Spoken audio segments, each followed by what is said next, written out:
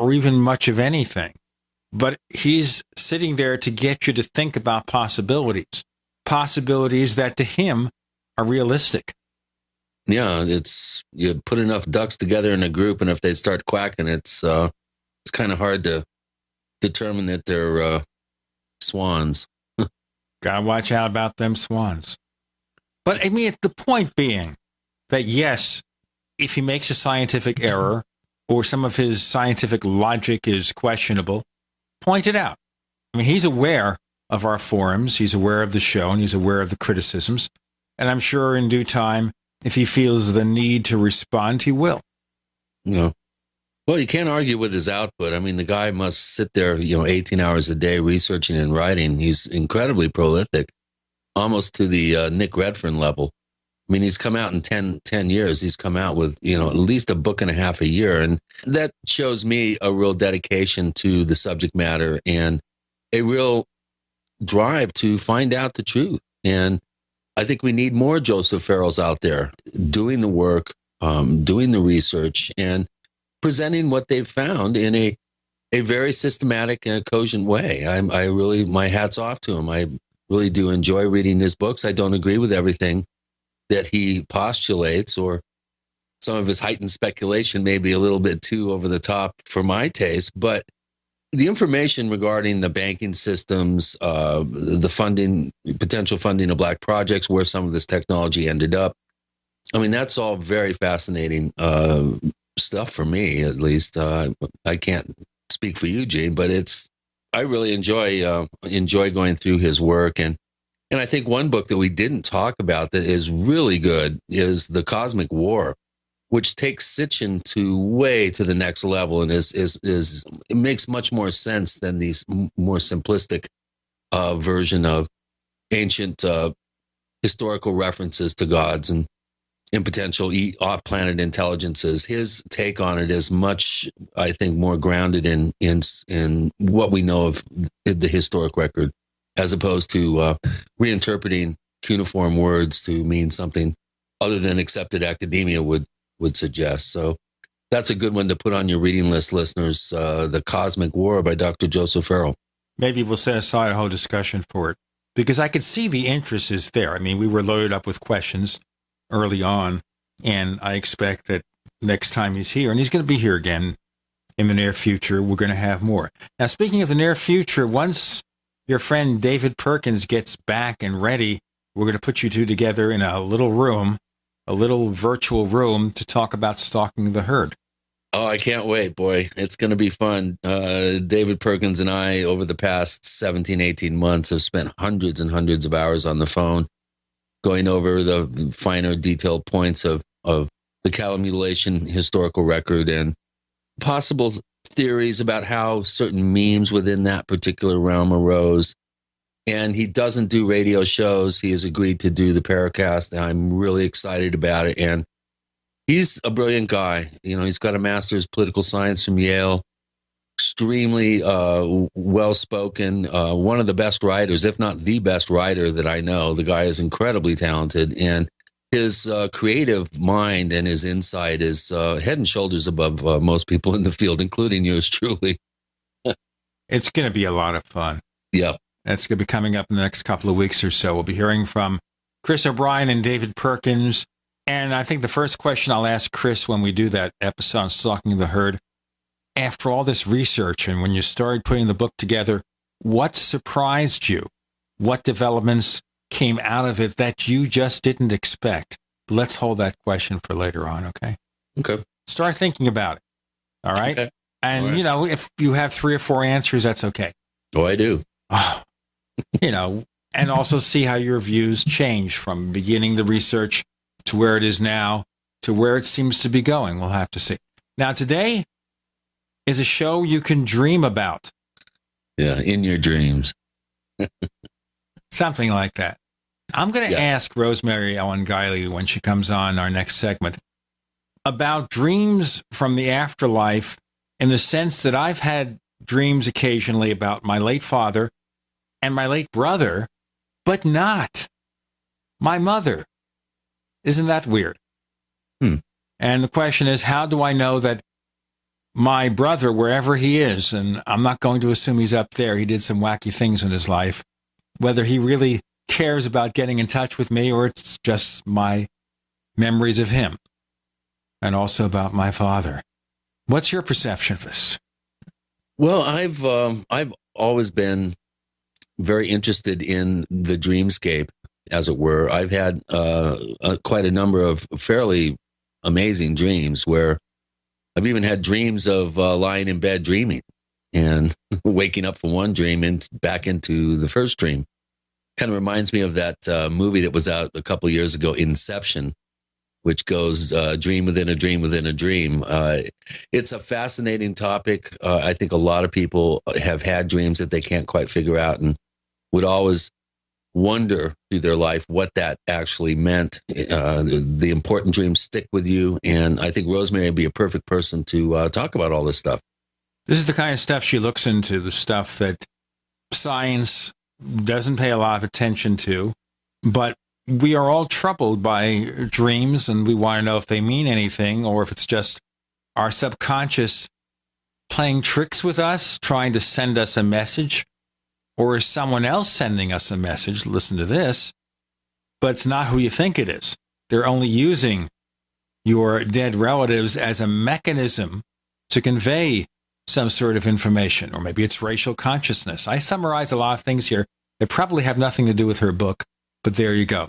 Rosemary Ellen Guiley coming up next with Gene and Chris. You're in the Paracast. Neighbors, are you tired of dealing with a slow web hosting provider?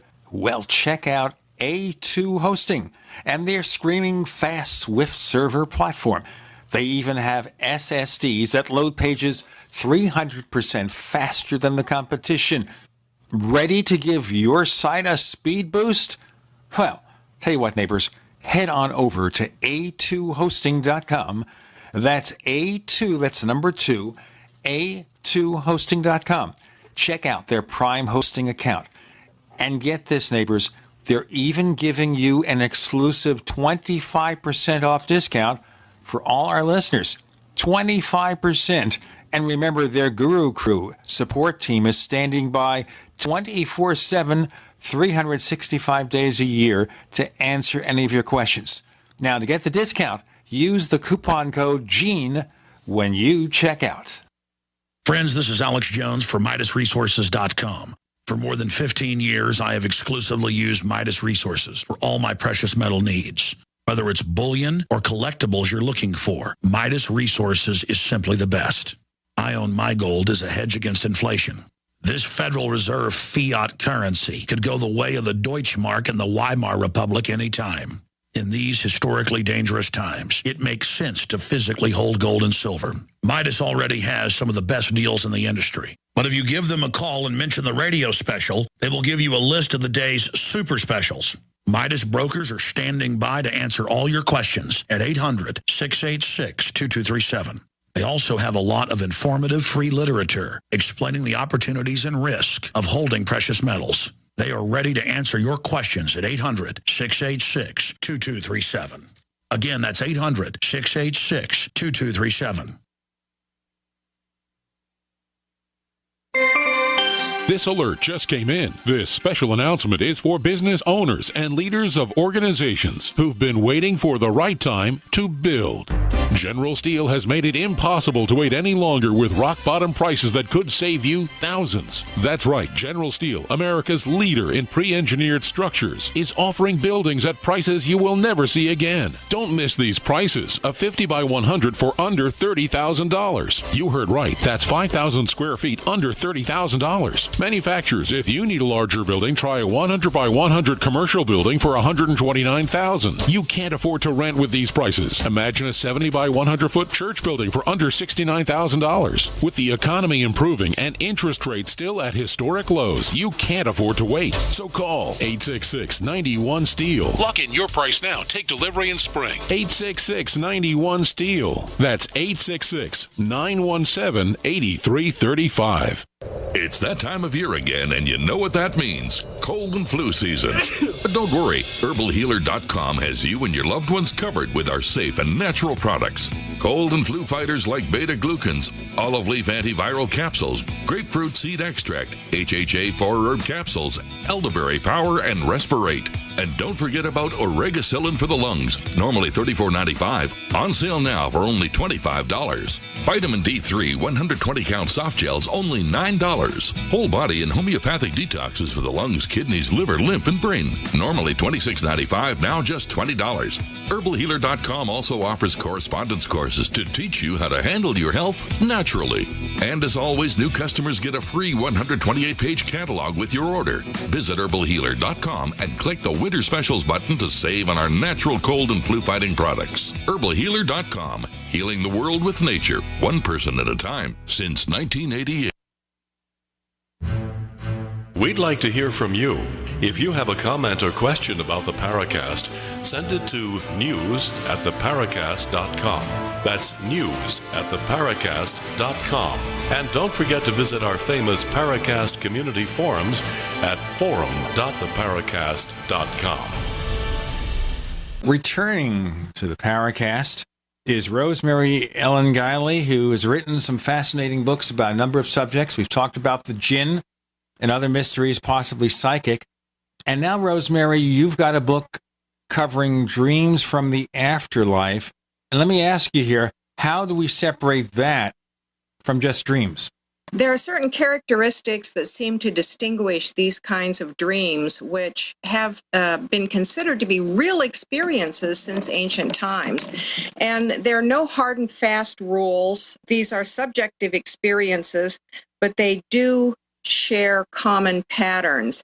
And the dream visitations are perceived as real experiences by the dreamer. In fact, quite often people are confused after they wake up as to whether or not they had a dream or they were in some other alternate reality having a real experience. They often have lucidity to them. People often know that they're having some unusual kind of experience while they're dreaming, but it still seems to them to be real. There are tangible sensory phenomena like the ability to have tactile sensations, to touch people who are dead, to touch other objects. They hear the voices of the dead, even though those are more mental telepathy transmissions than actual voices coming out of a mouth. They are often in some between place, like they feel transported to some sort of bridge location that is between the world of the living and the world of the dead. The dreams are all meaningful. They have something of great importance to be imparted to the living that in turn often helps them overcome their grief, reinforces belief in the afterlife, and sometimes solves some problems and questions that the living are still wrangling with concerning the dead, like missing documents for the estate and things like that. There are often other hallmarks like brilliant light, intense colors, a supercharged atmosphere. And while none of these characteristics can prove that this is a real experience, they all seem to be a constellation of characteristics that are reported time and again over history by people who've had these experiences. Let me ask you the very silly question here to get started. And that is, how do we know any of this comes from people in the afterlife and that doesn't have another cause? And I was suggesting here that maybe something or someone wants to get a message to us, but to make it acceptable, it manifests itself in the form of some departed relative. By someone getting a message to us, you mean like another living person or someone on the other side? I would know what side they're on. Well, the impetus for these experiences does seem to come more from the other side than from the living, although the living can certainly ask for it. We ask for it when we pine away for someone who's died. We want that final meeting with them. We want to say things we didn't get to say. So there is a calling out from our side that I think can facilitate these sorts of experiences. But when the dead comment on their ability to have a reunion with the living, they make the same kinds of comments. It was very difficult to do this. There are limited windows of opportunity. Time is always short. They can't stay very long, and they have to go back to where they came from, and the living cannot go with them. So there seems to be some sort of mechanism that is required for these dreams to happen, and it's not an even playing field, because simply wanting the experience will not guarantee having the experience. And it doesn't seem to have anything to do with worthiness, love, abandonment, any of those other issues. It could very well have to do with some transmission of subtle energy that requires the right receptivity on our end and the ability to penetrate this barrier on the part of the dead. Now, complicating that, we also don't know what the dead do immediately after they get into the afterlife, whether they have the cognition and the energy to make this sort of contact, whether they go into a stasis period or a rest period, and how accessible they are to the world of the living. So there are a whole host of unknown factors that we don't fully understand, and the right combination of them seems to have to come together in order for the experience to take place. And yet it's quite common. A lot of people have this experience, and a lot of times they don't talk about it because sometimes the therapist has told them it's just wish fulfillment, forget about it. Or they're afraid that other people are going to think they might be kind of crazy, having a real meeting with the dead, even in dreams. Rosemary, how do we separate something that appears to be a genuine encounter with the afterlife, than just wishful thinking or our subconscious taking our memories of these people and distilling them into some sort of framework? Yes, there are those issues involved in these kinds of dreams, and the dead can appear as dream symbols for us for years. That is quite common for the dead to return as representing memories from the past or certain characteristics in ourselves, or the way in which we handle certain issues and problems in life. And ordinary dreaming tends to be different from these encountered dreams. Usually, there's only one, maybe two of these kinds of dreams that a person is going to have. And it's usually immediately or shortly after someone has died, within a few days, within a few weeks. I have encountered them even as far out as a year or more, but that's very unusual. So it's these dreams happen when there's a lot of energy present for this kind of experience. And again, it's like a real meeting. It's not like ordinary dreaming, which usually has no beginning, middle, and an end. It's usually not a complete story. Ordinary dreaming expresses things about ourselves and our anxieties, and certainly could reflect back to us symbolic content about things like grieving. But the real encounters are like having a meeting with someone in ordinary life, like walking into a coffee shop and sitting down with someone and saying, hey, oh my gosh, you're dead. What are you doing here? And then having a conversation that is very pointed, short, and intensely meaningful to the living person, and then the dead person makes their departure. And they usually say things like, please don't grieve for me. I'm really fine. I want you to be happy. That leads us to a question by one of our listeners, Vesvi Highfolk, who's been a poster at forum.theparacast.com since early 2010, one of our more active members. And he says, I often have dreams of my great-grandfather. I often see his death, and I see him as he looks in pictures. When I see my great-grandmother, I see her as she was when he died 20 years old. Is this a message from him or simply dreams? And he mentions that this happens once every few months. He has this dream. We'll get into Rosemary's answer in a moment. Her book is called Dream Messages from the Afterlife, and so much more to cover on that subject. Rosemary Ellen Guiley joining Gene and Chris. You're in The Paracast.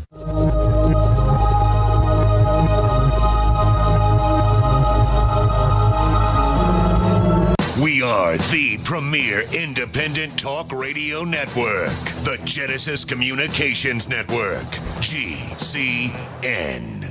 Attack of the Rockoids has been well received by critics and readers alike. It's a thrill-a-minute story you'll never forget. A former U.S. military intelligence officer is haunted by intense dreams about a beautiful woman pleading for his help after a terrible battle in outer space. But the dreams turn out to be true and thrust him into a telepathic love affair with a woman whose faraway planet is intent on destroying the Earth. And now the gripping tale continues in The Coming of the Protectors. It's the second book of the Rockoids trilogy, a galaxy-spanning adventure that pits our hapless heroes against powerful, fanatical enemies that threaten the lives of freedom-loving beings everywhere. Attack of the Rockoids and The Coming of the Protectors. Classic science fiction at its best, available now. For more details, visit rockoids.com. That's ROCKOIDS.com.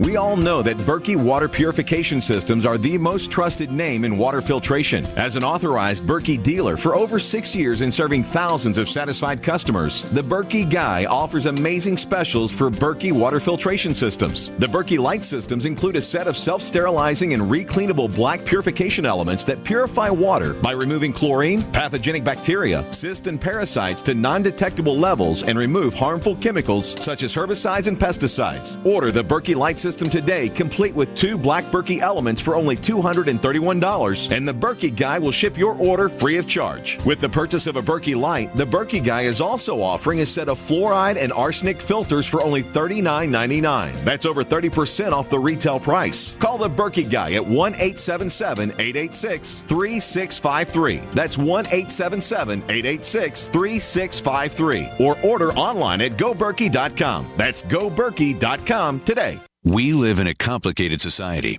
Stressful issues are always popping up. Have you ever been treated unfairly by someone? Have you ever been overcharged for a repair? Have you ever signed a contract or a document? Worried about identity theft? How many times have you been in those unique situations where you just wanted to call an attorney to find out if you're right or wrong, or what your legal rights are? But every time you think about calling an attorney, what do you think about first? That's right. Who do you call, and how much will it cost? Our friends at Legal Shield have found a solution. With a nationwide network of 6,900 attorneys who average over 19 years of experience, Legal Shield's law firms take over 40,000 calls per week helping their members. For less than $20 per month, you can have access to Legal Shield on everything from the trivial to the traumatic. Let Legal Shield stand up for your rights at lsprotection.com. That's lsprotection.com. Or call 855-340-SAVE, 855-340-7283. Results will vary from case to case. Question: could too many GMO foods and toxins be overloading your digestive and immune systems? Answer: yes. If you're searching for a powerful detox that's gentle enough to use every day, use Pro EM1 from Terraganics. Pro EM1 is a powerful liquid probiotic that uses good bacteria to suppress pathogens and gently eliminate toxins from your body. A healthy digestive system will cleanse and remove toxins, support weight loss, improve absorption of food nutrients, and aid in controlling yeast and other infections. Pro EM1 is made with only non-GMO and certified organic ingredients, has no preservatives, and is dairy, soy, wheat, and gluten-free. Pro EM1 is the key to your digestive health. Order Pro EM1 Daily Probiotic Cleanse at Terraganics.com, spelled Terraganix.com, or call toll-free 866-369-3678. That's 866-369-3678. Also available through Amazon Prime. Pro EM1 from Terraganics. Life's getting better. Hi, this is Don Ecker, and you are tuned into the Paracast. Let me tell you what, you're going to hear stuff here that you probably won't hear anywhere else. Hear that, George Snorri? See, Chris avoided the temptation in saying you're in the afterlife. Because that's not the name of the show, but, you know, no, you never know. We're very much alive here, Gene. Well, okay, some people might disagree with you. Rosemary Ellen Guiley, Chris asked the question. Would you respond? When someone has frequent dreams like that, if this was happening to me, and this is the approach that I would take in dream work facilitation with someone, that I would look at them first as symbolic. the genuine encounter dreams, and when I say genuine, I'm referring to these as subjective experiences, and we have to take into account how people are affected by them and how they interpret them. But they don't happen very often. It's a one-off. It's maybe a couple of dreams. Whereas when the dead come repeatedly in dreams, we should look first at what they are symbolizing to us. If the dreamer is reviewing that person's death on a repeated basis, there may be some unresolved emotions over that death or the relationship with the grandparent, like some unfinished business or closure that may need to occur. That's how I would approach that frequency of dreaming. Okay, that makes sense to me. I would think that the potential for real contact would, like you said, be short and sweet and probably only happen once, maybe twice. I have another couple of questions from Polterwurst, who's posted his questions for Rosemary at forum.theparacast.com. He wanted to know if there's a way to tell between genuine contact with a disincarnate or just a dream about them. And I think you've kind of really answered that question. But this is an interesting one here that he has. If dreams are the most common way of communication in this form, are psychic mediums somehow able to achieve dream states while perfectly awake and seemingly not in a trance? If so, how do they differentiate between genuine contact in these waking dreams and the separation from their own imagination? And he goes on to say, maybe some aren't trying to differentiate at all. So that's a good question. How does a psychic medium, how are they able to differentiate between their own imaginations and a true disincarnate contact? Well, the faculty of imagination is part of this process. It's the ability to perceive something that isn't readily apparent to the five senses. And so altered state work involving trance and giving readings and things like that, like dreaming, does involve the faculty of imagination. This is a question that has been quite a stumbling block to psychical researchers and parapsychologists and people attempting to put a scientific perspective on all of these subjective experiences. How do we define or get around or try and objectify these subjective experiences? Mediums and psychics do go into altered states when they give readings, and that can be anywhere from kind of a light alpha state to something that is, a deep trance where a medium allows a complete takeover by a communicating personality. And there's another factor, too, which an old psychical researcher by the name of W.T. Stead described as the stained glass window effect. And that's that when light comes through a stained glass window, people see the colors differently. And so we're always going to put our personal perspective, our interpretation on these sorts of experiences. A medium's contact with the dead, to me, is it's indirect as opposed to having your own direct experience, because it's being interpreted for you by the medium. And they're going to have a whole host of factors at play, consciously and subconsciously, in terms of how they interpret the experience, the information that they get. When you have a dream, it's a direct experience. And in fact, dreams have been called throughout the ages as a direct experience of God, because they take us into another realm. Plato called them the between state, the place that we go to meet the gods, to have encounters that are impossible or difficult in waking consciousness. So the dream provides us this direct bridge into these other realities that have their own validity, even their own ground rules, so to speak, which are much different than ordinary reality. And the thing that I find, one of the things that I find very significant about these experiences is that the descriptions of them and the patterns of them are fairly consistent over time and culture. And even though we don't really have a good scientific mechanism for proving them, we have, what science would call evidence in support of, which is how science winds up dealing with the paranormal in general most of the time, is we have evidence in support of things, but we don't have scientific evidence proving things. And so we have lots of evidence in support of these experiences being fairly consistent to human beings over history that indicate that we have these opportunities for contact with otherworldly realms, and that includes the afterlife. Well, Polterworth goes on and has a couple of other questions here. It's a little early in the show to be asking questions, but we do have so many, and I think that they're perfectly in line with where we're going in the conversation. And this has to do with near-death reports. He wonders, could the differences in NDE reports and what seem to be, as you put it before, in between the lines or in between lives memories, sometimes reported in alleged reincarnation cases, does that mean that we all dream up our own afterlife?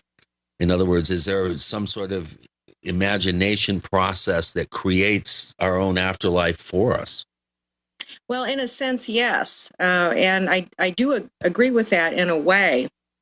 And I would explain it from the standpoint of the concept of the astral plane in occultism, which is where the afterlife is on the astral plane. It's on a level of the astral plane. And the astral plane is fluid. It's formless and fluid, and it molds itself to expectation and to thought. Communications that we receive from the dead that come through direct experience like dreams, through channelings, through mediumship, through readings, have weighed in on this reality. The literature for all of these communications is quite substantial. And what seem to be dominant themes in these communications are that the afterlife molds itself to your expectations. And my own theory is, my own feeling is that when we die, we go to a place of transition. And this is most commonly described as a beautiful garden or park-like state. Robert Monroe described it in his OBEs. He felt it was the transition point to the afterlife. It's described in many of these dream experiences as the meeting place, and in other mediumistic communications as well. So we seem to go to a place of peace and beauty and calmness where we can make our transition. And then it seems to be that the dead get adjusted to the afterlife, where we have places and surroundings and things that are familiar to us.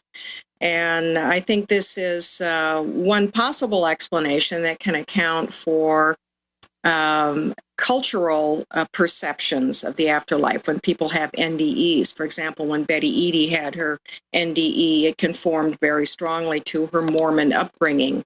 But another person who isn't a Mormon, for example, or might be of another religion, could have an entirely different first vision of the afterlife, and both of them would be correct. And I believe that at some point, after adjustments are made, that we go into other stages of the afterlife that become probably beyond human comprehension. Let me do the break here. Rosemary Ellen Guiley is author of Dream Messages from the Afterlife. With Gene and Chris, you're in the Paracast. We are America's largest independently owned communications network, GCN. Is there a secret UFO agenda? Do strange creatures from the darkest corners of the mind roam the earth? Is there evidence for mind control, time travel, or devious government conspiracies? Find out the inside scoop on the latest conspiracies, paranormal activity, and Fortean phenomena when you subscribe to Tim Beckley's Conspiracy Journal. It's jam-packed with stories, special book and DVD promotions, and the best news, it's absolutely free, sent right to your mailbox. plus a bonus free email newsletter sent out every Friday. Simply send an email with your name and address to Mr. UFO at webtv.net. That's Mr. UFO at webtv.net. Find out what they don't want you to know. Hey everyone, have you heard about the No hair removal device that's sweeping the globe? If you want to go weeks without shaving and get smooth, professional quality results, here's our favorite host, Cheryl, for No hair removal. Thanks. Hey gals, I love talking about my No. It's this cute little hair removal system that you can take with you and use almost anywhere at home or on the road. No more expensive in-office treatments, painful waxing, and no more wasting your valuable time. Got unwanted facial hair? No has patented thermocon technology that works on all hair and skin colors, so it's perfect for using on all body parts. And now you can take advantage of this incredible risk-free trial. Get the No, the facial kit, a travel case, and a $100 discount shopping card, and you don't risk a penny to try it. Try the incredible No hair completely risk-free. Call 1-800-953-6062. That's 800-953-6062. 800-953-6062. I will never forget the day my son Jeremy told me he hated me and slammed the door in my face. I'm behavioral therapist Janet Lehman. Behavior problems can turn the child you love and your life into a nightmare. That's why my husband James and I created the Total Transformation, the step-by-step program that shows you how to fix the worst behavior problems and get your child to respect and listen to you again. No matter what the behavior, defiance, backtalk, angry outbursts, disrespect, we can help you stop it. Now you can get the Total Transformation for free. All you need to do is get the program and let us know how it works for you. You can keep it forever for free. Limited number of free programs available. Call now. 1-888-912-1595. 1-888-912-1595. That's 1-888-912-1595. 1-888-912-1595. Ouch! My back is out again. Hi, Dr. Ortman with Wellspring Spinal Care. If you're experiencing neck, mid, or lower back pain, this information is for you. One of the complaints that I hear is patients receive their typical adjustment, only having to repeat them as the pain returns. Putting the bones back in place is only half of the battle. At Wellspring Spinal Care, we have the entire solution. We use the NUCA approach, utilizing three-dimensional x-rays and gentle touch technology to deliver specific correction. We then design a custom nutritional supplement program which provides essential nutrients targeting the areas of concern. With a NUCA approach and proper nutrition, you'll be on your way to a faster and more permanent recovery. To get you on the road to wellness, visit drortman.com. That's drortman.com, or call us today, 952-303-9124. That's 952-303-9124. Wellspring Spinal Care, chiropractic done right.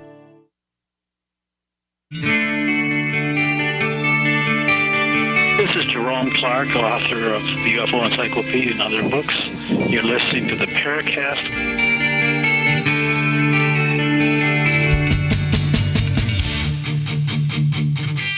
The Paracast explores the afterlife with Rosemary Ellen Guiley.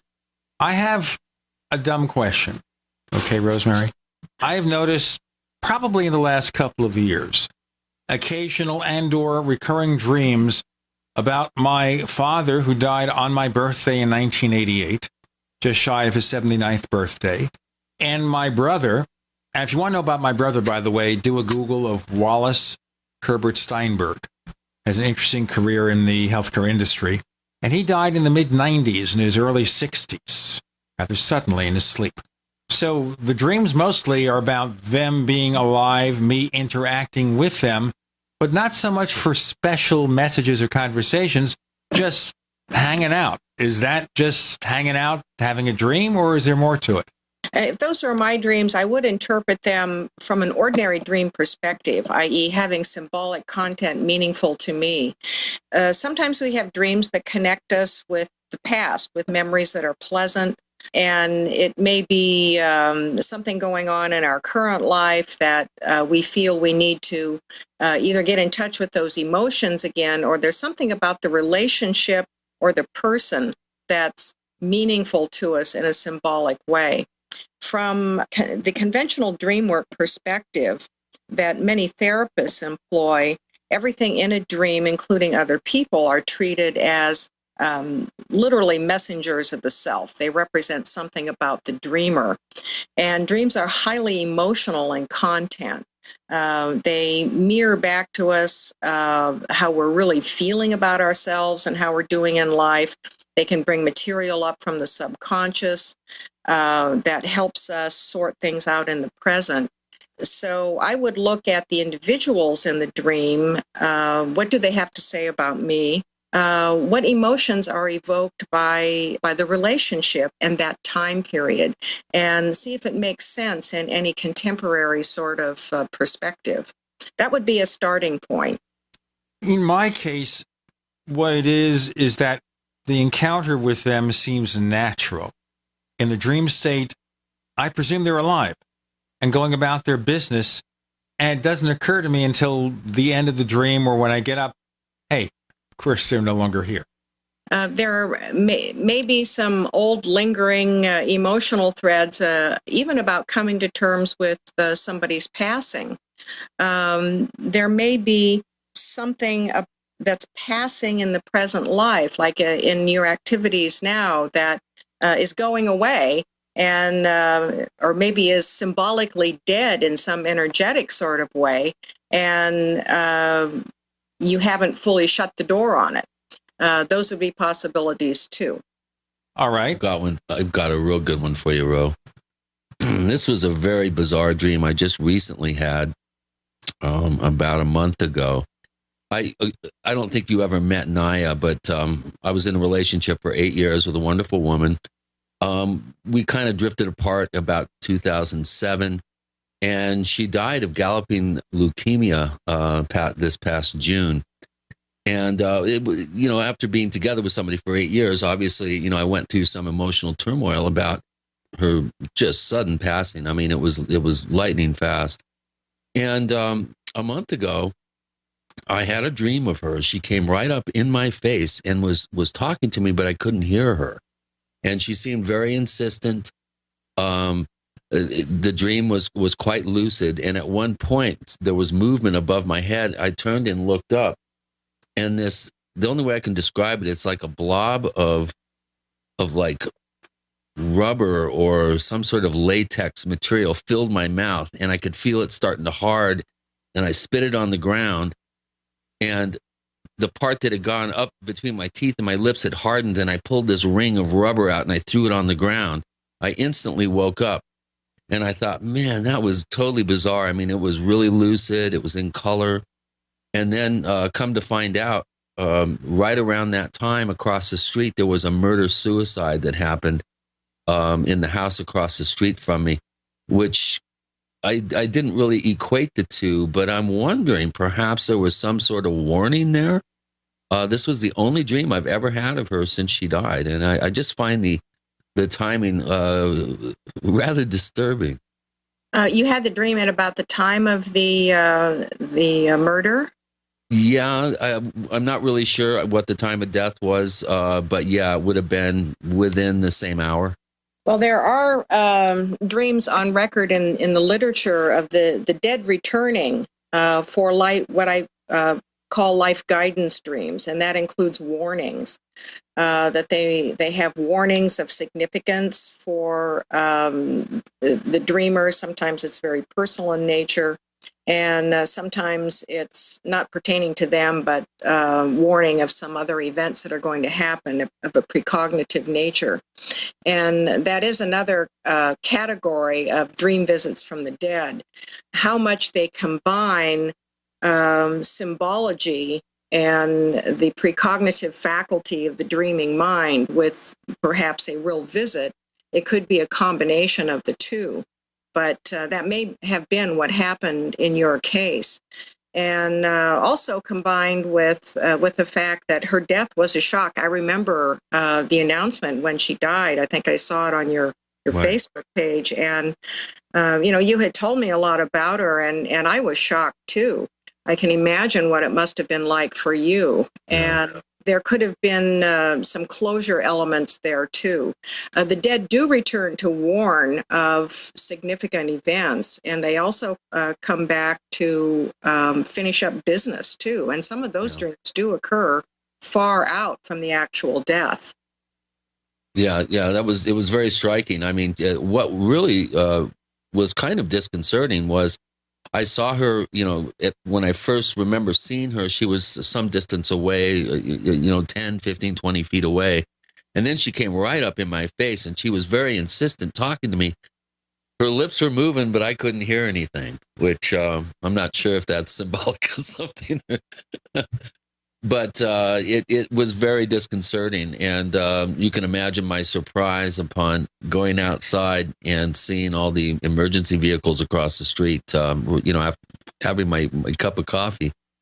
So yeah, I do have a sense that maybe she was warning me of something. But what's up with the mouthful of like latex that I spat on the ground? That's bizarre. Is that part of the possible warning, or is that just some sort of weird detail that I mentioned to somebody, and they said, "Oh, it was manna from heaven." I said, "Hell no, it was. There's no way. I mean, if it had frozen in my mouth or dried, I wouldn't have been able to use my mouth again." So maybe she was telling me to shut up. It's a symbol that certainly needs interpreting in terms of how emotionally the feeling of having this in the mouth. The mouth is a symbol of power and communication. And if that were my dream, to have that sort of substance in my mouth, it's the inability to communicate something. And so there may be something. I just finished a 500,000 word book. After which you may not want to communicate anything ever again. Maybe she's telling me you've been communicating too much. Shut up. It may also symbolize the inability to do anything about what was happening, across the street. That's true. Yeah. So you're, our dreaming mind sweeps beyond the linear time landscape all the time, and many people have precognitive dreams of varying sorts, and this also is another uneven faculty, and people experience it differently, and sometimes they wonder, why did I have this particular dream? Why did I see this event that came to pass and I couldn't do anything about it? And this seems to be a faculty that I think is still under evolutionary development in people, and we're in kind of a kindergarten stage of it. Well, when we come back from our next break, I'd really like to get a little bit more into examples of warning dreams. I know I have read myself in the literature some pretty amazing dreams that have been reported that actually are precognitive in nature. Maybe we can go through some of those when we come back. Oh, that's going to be fascinating. We're going to explore that. The book is called Dream Messages from the Afterlife. And the author of many, many, many books, did I say many books, is Rosemary Ellen Guiley. And by the way, folks, we'll be doing an episode in the next couple of weeks featuring our own Chris O'Brien and his book, Stalking the Herd, a monumental work representing many years of research into the subject. You're on with Gene and Chris. You're in. A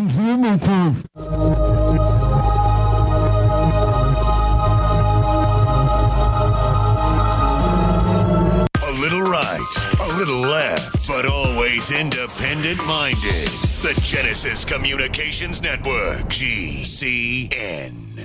Does advertising on the Genesis Communications Radio Network actually bring positive results? Let's ask Thomas Baldrick from Free Strike Guy. And do the GCN listeners let you know they heard your ad? Customers do let us know they've heard Free Strike Guy ads on GCN. They seem to be very loyal listeners to GCN, and they stay with those shows, and subsequently they stay with our business too. Looking for positive results? Contact Lee Wickenhauser at 877-996-4327, extension 107. Hi, this is Ted Anderson. Have you ever wondered why banks, stockbrokers, investment advisors won't talk about gold IRAs? They've been available since 1986, yet the financial industry won't recognize the value of gold for your retirement. Gold has outperformed paper investments, yet no word about IRAs. If you would like to have gold for your retirement, call 800-686-2237. Don't get left behind by rising inflation and low returns. Call 800-686-2237. Secure your future and call 1-800-686-2237. It's that time of year again, and you know what that means. Cold and flu season. But don't worry, HerbalHealer.com has you and your loved ones covered with our safe and natural products. Cold and flu fighters like beta-glucans, olive leaf antiviral capsules, grapefruit seed extract, HHA 4-herb capsules, elderberry power, and respirate. And don't forget about Oregacillin for the lungs, normally $34.95, on sale now for only $25. Vitamin D3 120-count soft gels, only $9. Whole body and homeopathic detoxes for the lungs, kidneys, liver, lymph, and brain, normally $26.95, now just $20. HerbalHealer.com also offers correspondence courses to teach you how to handle your health naturally. And as always, new customers get a free 128-page catalog with your order. Visit HerbalHealer.com and click the Winter Specials button to save on our natural cold and flu-fighting products. HerbalHealer.com, healing the world with nature, one person at a time, since 1980.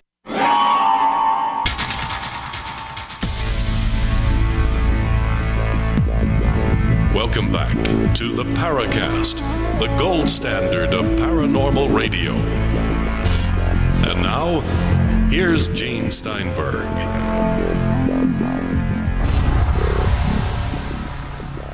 Yes, there he is, Marblemouth Chris O'Brien himself. I don't know where he got that voice from. I just imagine myself with a mouthful of quickly drying latex.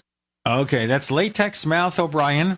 And I don't know what I am, but we have Rosemary Ellen Guiley, and we know what she has to say. Chris, she wanted to bring up another topic. Yeah, this whole idea of precognitive dreams, I think the literature contains some pretty amazing examples of things that were, dreamed about, and then they came true. Do we have some good examples that might take some of our skeptics and set them back a little bit? I know there are some, and I'm sure you've dug some up.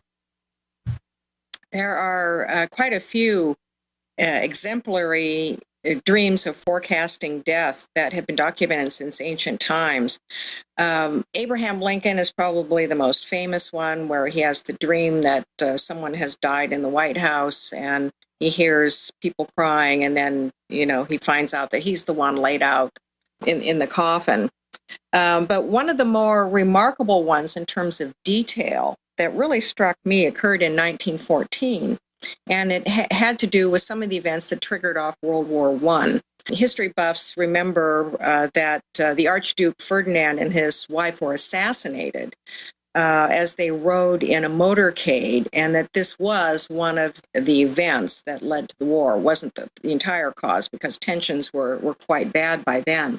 But on the eve of their assassination, a man who knew them by the name of Bishop Joseph Lagny had this lucid dream that he knew meant their death, their impending death, and there wasn't anything he could do about it. And in the dream, he goes to his desk and he looks through some letters, and he finds one bearing the seal of the Archduke. And he opens it up. It's in the Archduke's handwriting. The whole letter is bordered in black.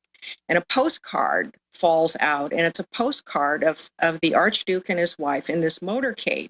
And then this scene comes to life. It's like he's watching a movie, not just looking at a postcard. He sees two young men leap out from the crowd and shoot them to death. The letter is addressed personally to him, and at the end it says from the Archduke, "I herewith inform you that today my wife and I will fall victims to an assassination. We commend ourselves to your pious prayers." So he wakes up in the middle of the night in tears, and he just knows that this event is going to happen, and he can't do anything about it. And sure enough, it does. The only difference between his dream and the real event is that there was one assassin, not two. Yeah. Wow. Let me ask you, Rosemary, how consistent is it for people to dream of their own death or the death of someone close to them? It's more common to dream of the death of someone close. Very rare to dream of your own death. Or at least you don't want to admit it. It probably would be so psychically shocking that it would be hard to come to terms with. I mean, we all know we're going to die, but I've met very few people that really want to know exactly how and when they're going to die. And if they say they want to know that, and someone gives that information, they can go into states near nervous breakdown as that date approaches. But isn't it also true that someone who is given that death sentence because they have a terminal illness and the doctor says, listen, you've got 2 weeks left, you got 6 months, you got a year. That's pretty much getting an end date. Well, it is. And then it sometimes becomes a self-fulfilling prophecy. And there's been, discussion and debate in the medical community about giving people prognosis like that because they then expect to die. And then do they actually seal their own fate, more or less? Do they close themselves off from the possibility of some kind of a miraculous healing, for example? And a fatalistic placebo. Sure, but wouldn't you want, if you were a doctor, to tell your patient, look, all things being equal, this is not going to prolong your life. There are risks. You have to take steps for end-of-life preparation, even though we'll do the best we can to prolong your life if that's what you want.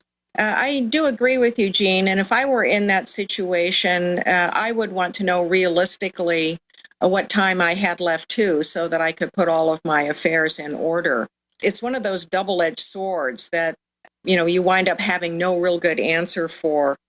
But we have also many cases of people who seem to have delayed their death, chosen their time of deaths in order to get past meaningful anniversaries or dates concerning the living, or until a family member can be present at the passing.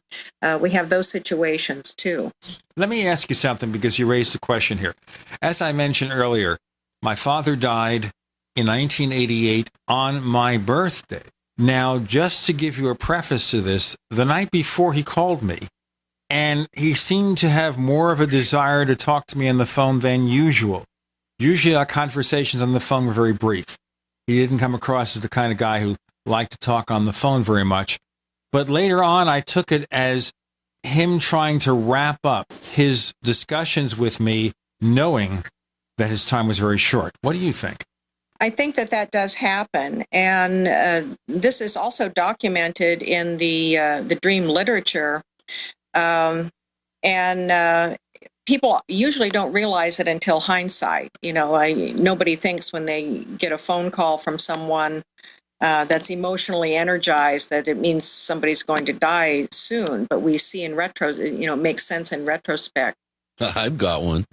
I think that many of these people really don't know it consciously that they're about to pass over, but there's some sort of subconscious prompting that encourages them or prompts them to do these things that sort of wrap things up with the living, and putting the affairs in order. I just had a case recently with a young woman I knew whose husband died unexpectedly and suddenly in his sleep. He was only 30 years old. And yet in about a week or two before he died, he was suddenly very anxious to put his affairs in order. Well, how many 30-year-olds think about wills and estates and leaving things for the kids and whatnot? But he didn't say anything about thinking that he was going to die. He just had this urge to put all of his affairs in order. So something was going on from perhaps the perspective of the higher self there. Do you think then that people in general, or in some cases, know their time is short even if they can't verbalize it?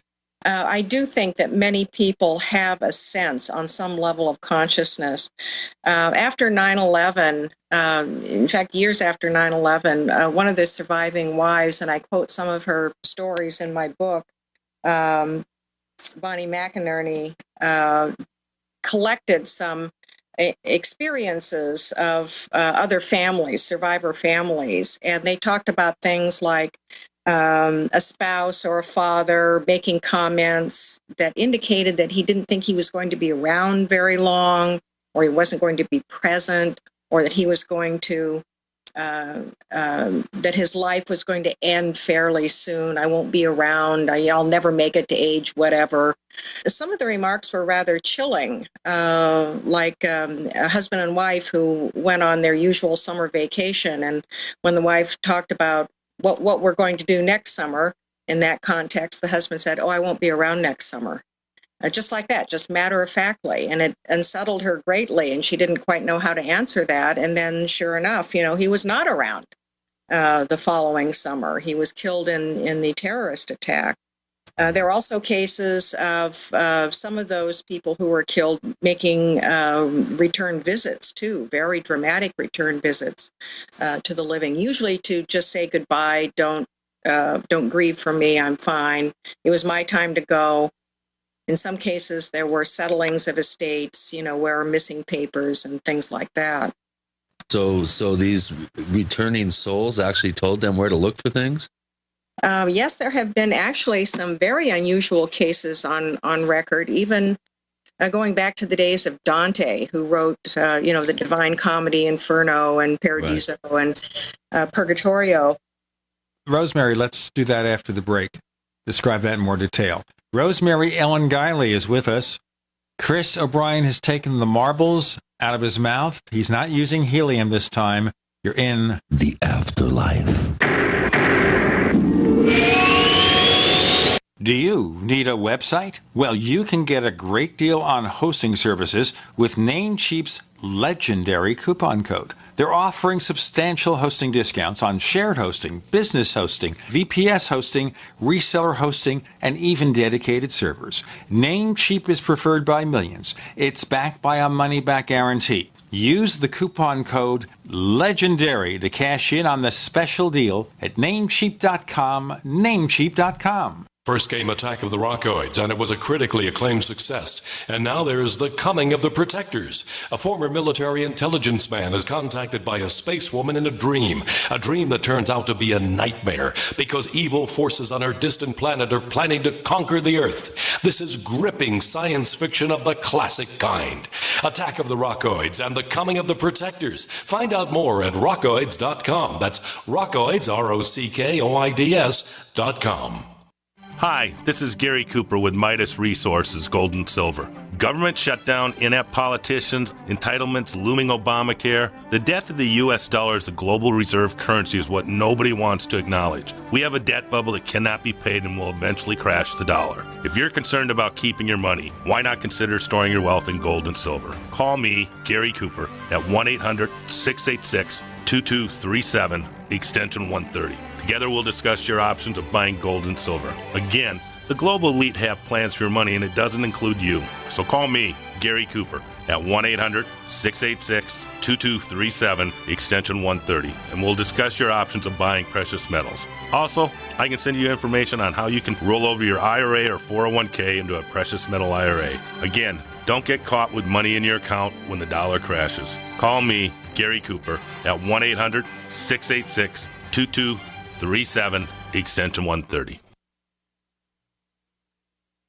Hi, this is Steve Sanchez, and based on a recent study, it was found that 57 million Americans had legal issues over the last 12 months, but only 60% of those studied sought out the services of a lawyer. Why? In a nutshell, affordability. Well, my friends at Legal Shield have created a solution that can help you not if, but when you need an attorney. For as little as $17 per month, Legal Shield will provide you unlimited access to qualified attorneys at an accomplished law firm for advice and counsel on legal issues, no matter how serious or trivial. For over 40 years and with 1.4 million families across North America, Legal Shield can help you, the loyal GCN listener. Representatives are standing by now to answer your questions, so call them now at 1-855-340-SAVE. That's 1-855-340-7283, or visit them at lsprotection.com. That's lsprotection.com. Results will vary from case to case.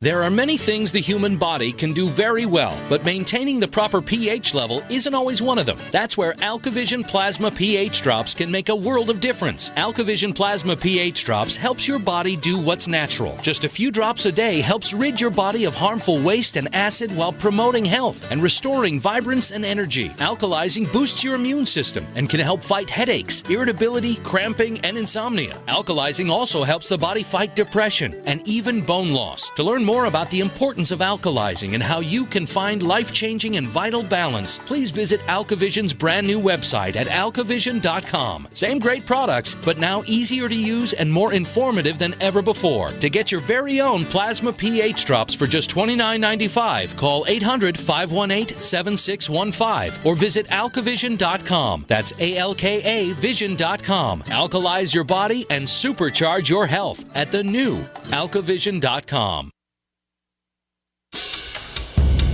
We'd like to hear from you. If you have a comment or question about the Paracast, send it to news@theparacast.com. That's news@theparacast.com. And if you'd like to catch up on past episodes, we have hundreds of shows for you to download direct from theparacast.com. That's theparacast.com. Or check us out at iTunes. I knew he'd do it. Okay. Book is Dream Messages from the Afterlife from Rosemary Ellen Guiley. And you were talking about some case histories here. You want to get back to it?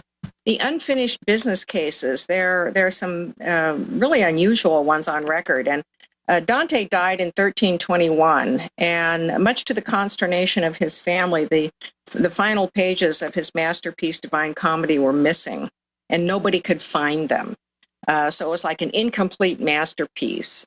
They searched and searched, and then finally his son had a dream, one of these realistic dreams in which his father came to him and told him where the hiding place was. Nobody knew.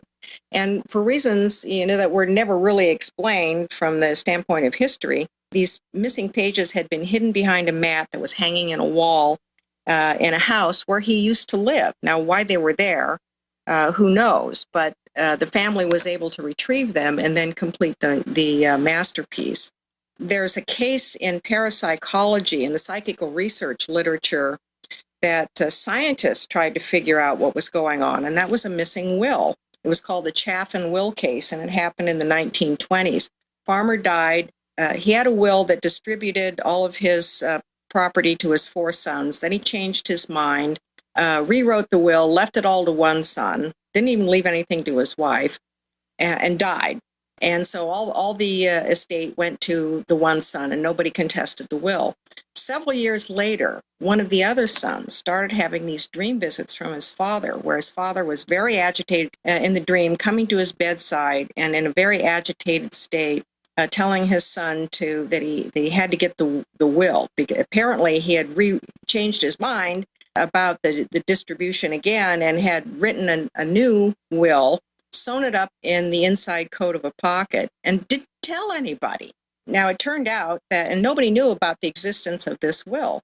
So it turned out that they still had the coat. They found the will. They took it to court. The widow of the son who got all the estate contested it. She lost. The remaining estate was redistributed. And parapsychologists studied this case, trying to figure out, did the son who didn't get anything, did he discover the will and then concoct this story? Was this clairvoyance? Was it a real dream visit? They came up with no conclusion, that there were 4 possible scenarios that could explain this event, none of which could be proved. And so we were left with this evidence in support of his testimony that he had had genuine dream visits from his father. Why did this go on? Why did 4 years elapse? That's a very unusual amount of time, but that's one of the strangest cases on record.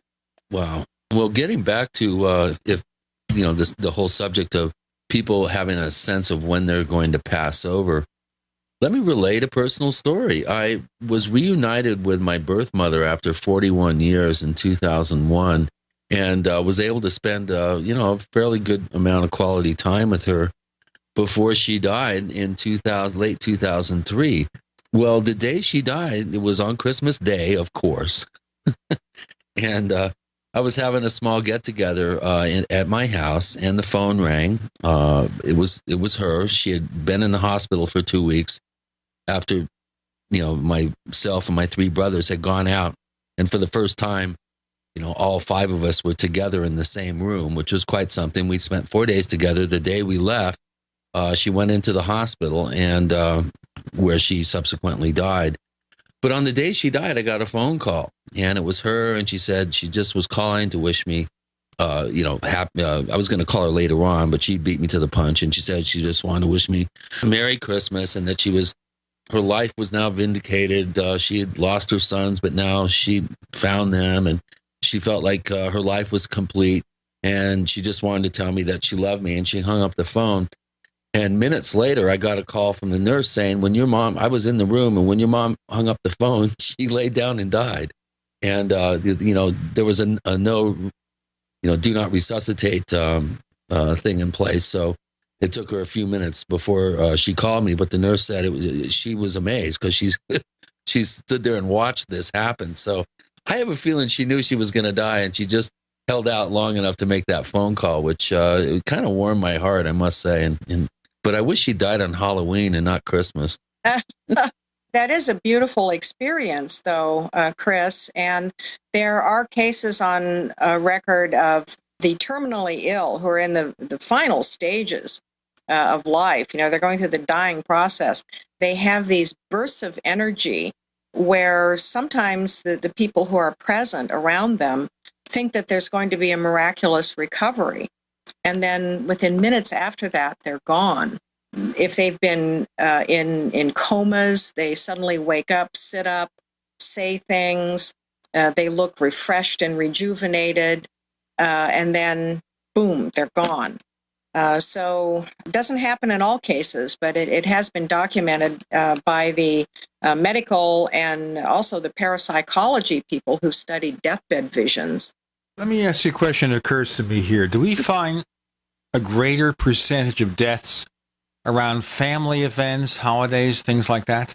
Usually, if anything, people will, if they seem to be able to have a choice in the matter, they will hold off dying on important days and dates like that. They will wait for those to pass, and also for holidays as well.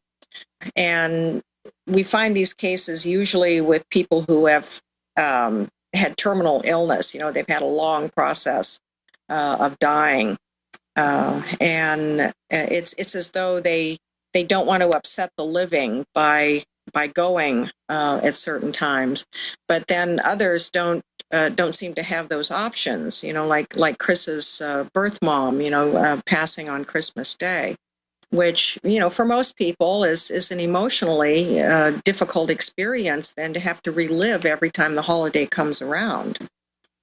You wonder, why do they do that? Well, there are some questions that we don't have any good answers to. I think if all of us could choose the optimum circumstances of our passing, we would all have peaceful deaths. And they would never be at a time that would be, they would, or let's put it this way, they would be at a time that would be, have a minimal emotional impact on loved ones. Not that someone's passing is ever minimal, but we would try and minimize the shock as much as possible. Well, you certainly wouldn't want them to have a long illness. As I mentioned, my father was quite healthy till the end of his days. And he was playing cards with his friends, and he died of a heart attack. But it was quick. My brother died in his sleep. So again, there was no history of a painful end. I do not recall anything about him having some kind of serious illness. It just happened. I think if you're going to go, you might as well just go, not have to endure the pain, recovering from cancer surgery or something. We have Rosemary Ellen Guiley. The book is Dream Messages from the Afterlife with Gene and Chris. You're in the Paracast. Independently leading the way for the nation. Compelling talk for every political persuasion. We are GCN. Graphic Converter is the image manipulation tool for the rest of us. It does not use any database. You get full control of all your files. Want to view the images of a folder? Drag it into Graphic Converter and a powerful browser opens up to show your image files. You could use it for slideshows. You could use it to import images from digital cameras or from scanners. Need to do some image editing? You can do that too in Graphic Converter. Also print catalogs. Convert from so many formats I can't even list them. Download now to see if Graphic Converter is good for you, like 1.5 million other users. Guess what? You could save money when you buy Graphic Converter. Use the coupon code Night Owl. Use the coupon code Night Owl to get a special price for Graphic Converter. Go to lemkesoft.com. That's Lemke soft.com. Lemkesoft.com. Lemke soft.com.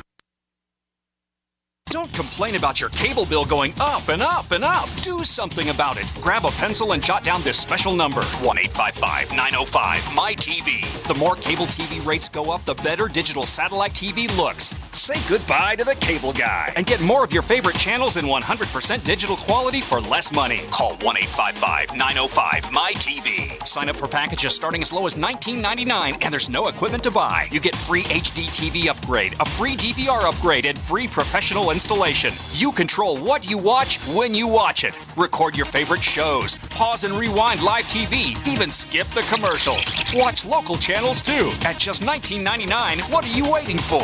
Pull out your major credit or debit card. Call 1-855-905-MY-TV. 1-855-905-MY-TV. Say goodbye to the cable guy. Cut costs and get more. 1-855-905-MY-TV. 1-855-905-MY-TV. Great news, pure water lovers. BigBerkeyWaterFilters.com has a special discount offer for all GCN listeners. You can't do better than a Big Berkey for economy. For only 1.7 cents a gallon, a single set of filters can last for 5 to 10 years. There's none better than a Big Berkey for emergency preparedness as a backup water source. And you just can't beat a Big Berkey to remove dangerous chlorine, all types of fluoride, pathogenic bacteria, cysts, parasites, and unhealthy byproducts from municipal water. Berkey water filter systems are even powerful enough to purify stagnant pond water. For the gold standard in water filters, get a Big Berkey at BigBerkeyWaterFilters.com. And all GCN listeners get 5% off all ceramic filter systems. For details, call 1-877-99-BERKEY. That's 877-99-BERKEY. Big Berkey Water Filters, for the love of clean water.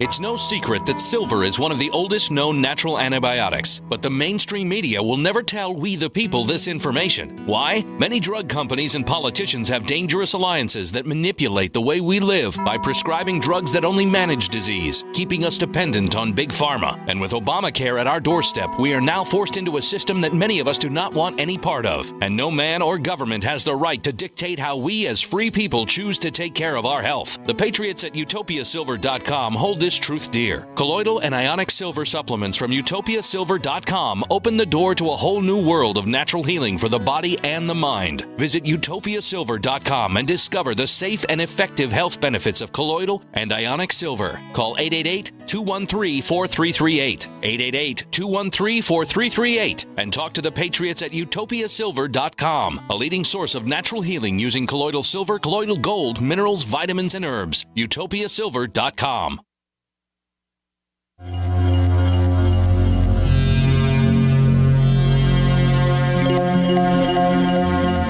Hi, my name is Richard Dolan. You're listening to the Paracast.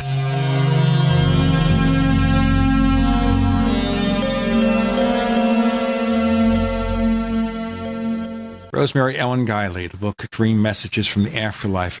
Rosemary, did any specific instance or incident in your life help inspire you to write this book? I've had an interest in the spiritual dimensions of dreams since I was young, Jean. My mom had a lot of precognitive dreams, and I never had the type of dreams that she had in that regard.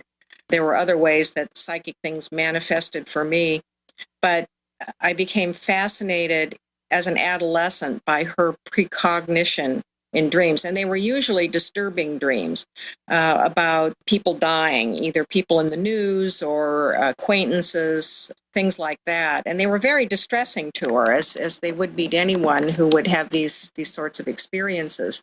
But for me, as an adolescent, it was amazing to me that dreams could look into the future.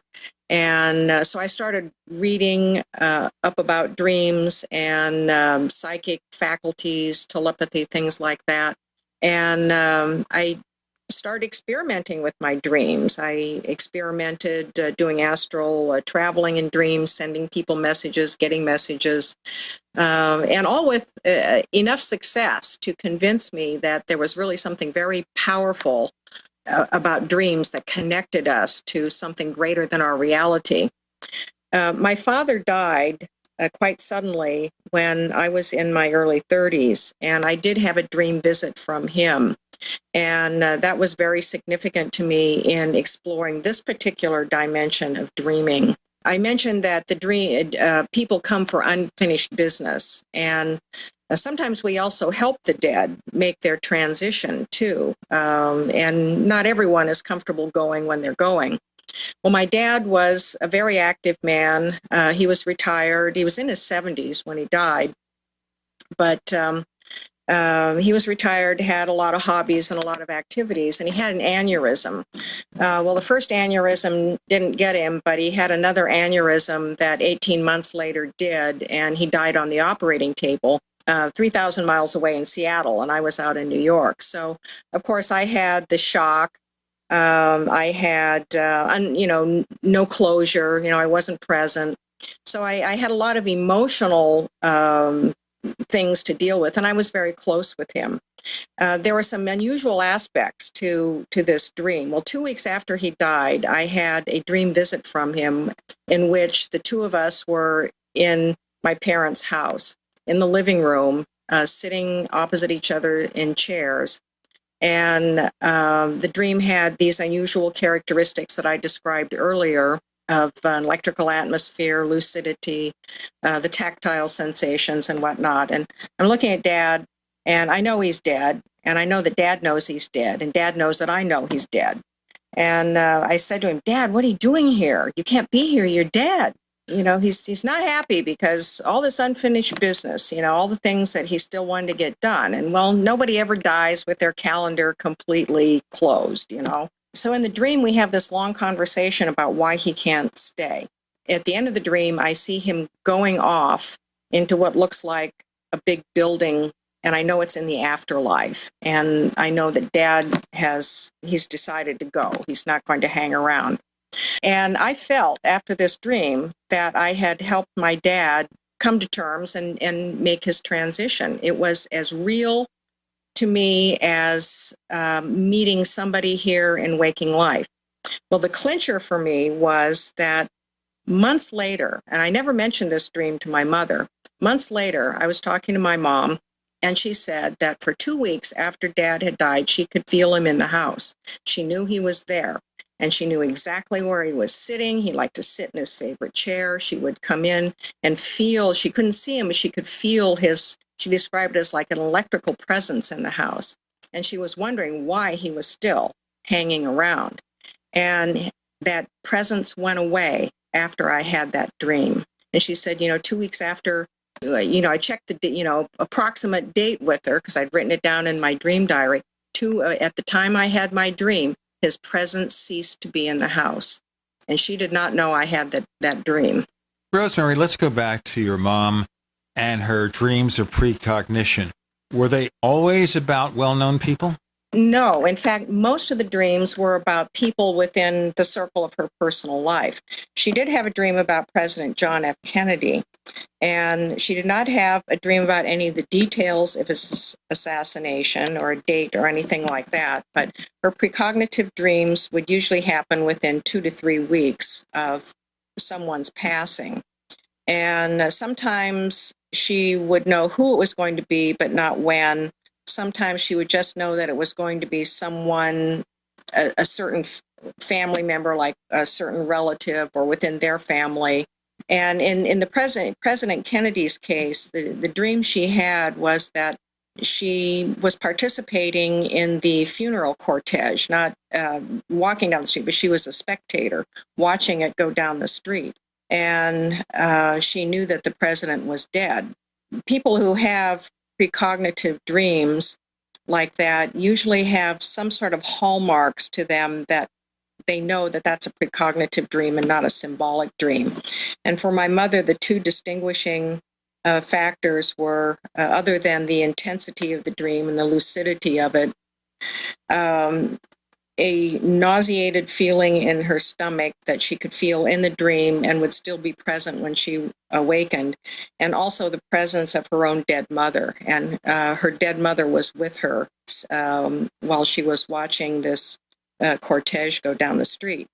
And when news broke about President Kennedy being assassinated, she was shocked, of course, but she had already had this certainty that something was going to happen to him soon, and that he was going to die. She didn't know how. When she saw the funeral procession on the street, it was exactly like the scene out of her dream.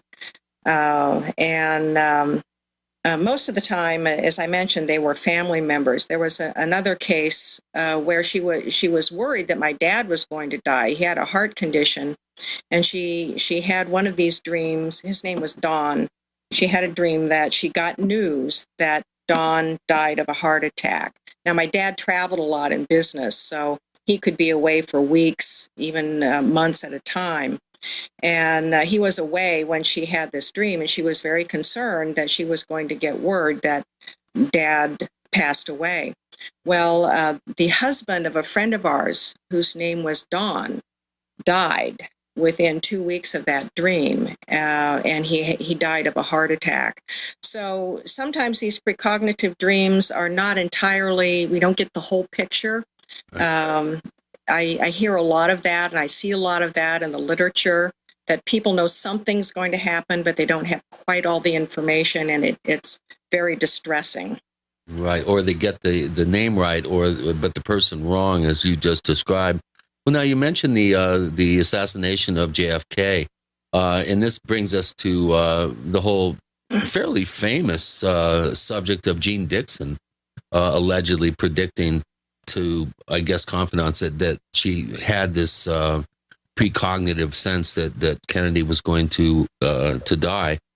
How about other mediums? There's this, what's her name? The Long Island medium, Teresa, I think, Caputo. What do you think of some of the claims that people who have been helped by her have made, and some of the controversy that has arisen surrounding the show by skeptics? James Randi, I think, blasted her as being a charlatan, etc. There's been some magazine articles that have outed her as some sort of charlatan.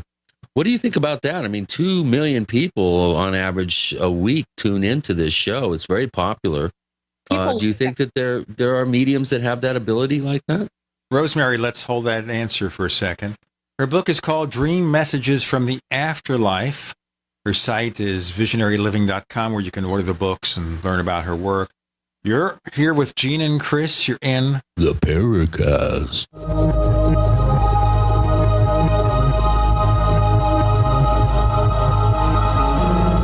Great minds think alike. The network for the independent-minded. The Genesis Communications Network. GCN.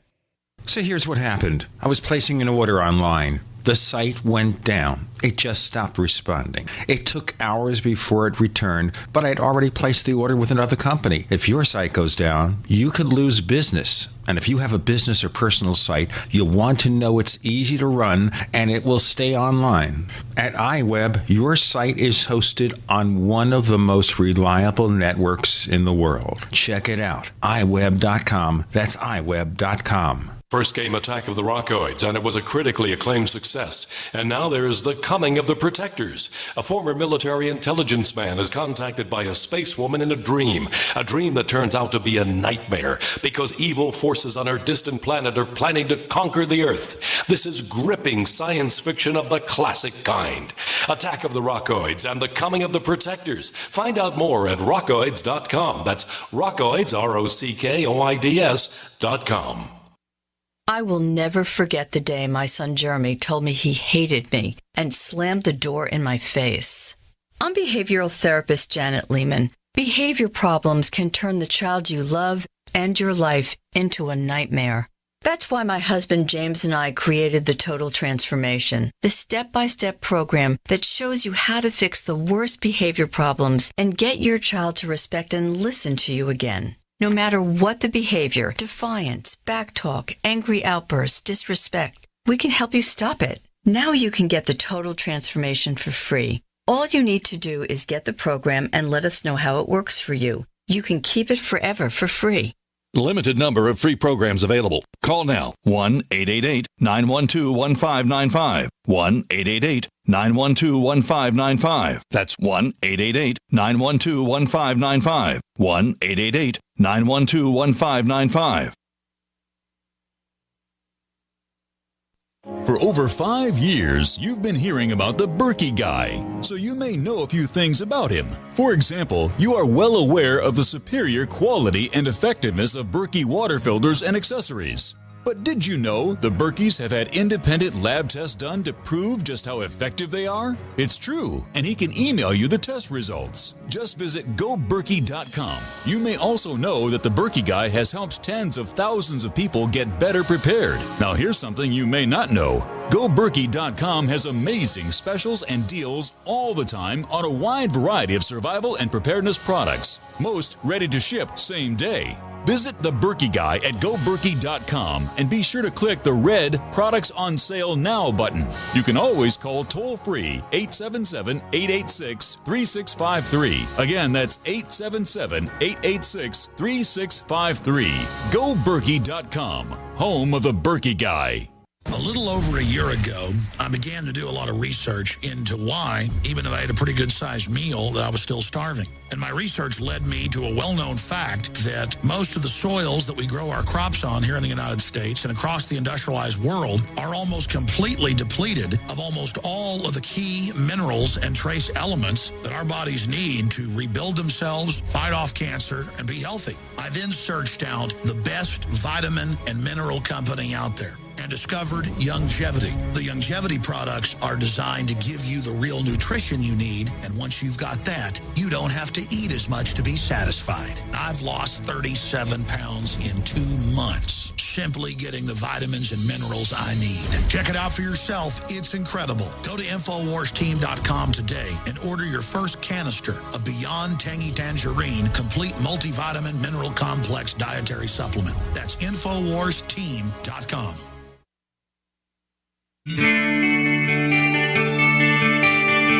is Jerome Clark, author of the UFO Encyclopedia and other books. You're listening to the Paracast.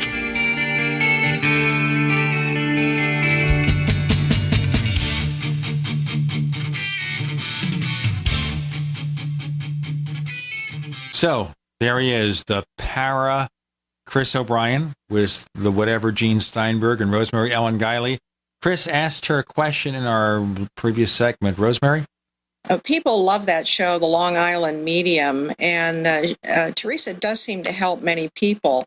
I don't know her personally, so I've never had any experience that I could use as a personal evaluation, and that's all I would be able to make is a personal evaluation meaningful for me. I mean, James Randi calls all of these people frauds and fakes. Regardless of the evidence that they are able to put forward. The pros and cons of the TV shows are that even if you get a person with legitimate talent, the requirements of TV for entertainment purposes are going to be that, things are going to have to be pumped up and embellished in some ways.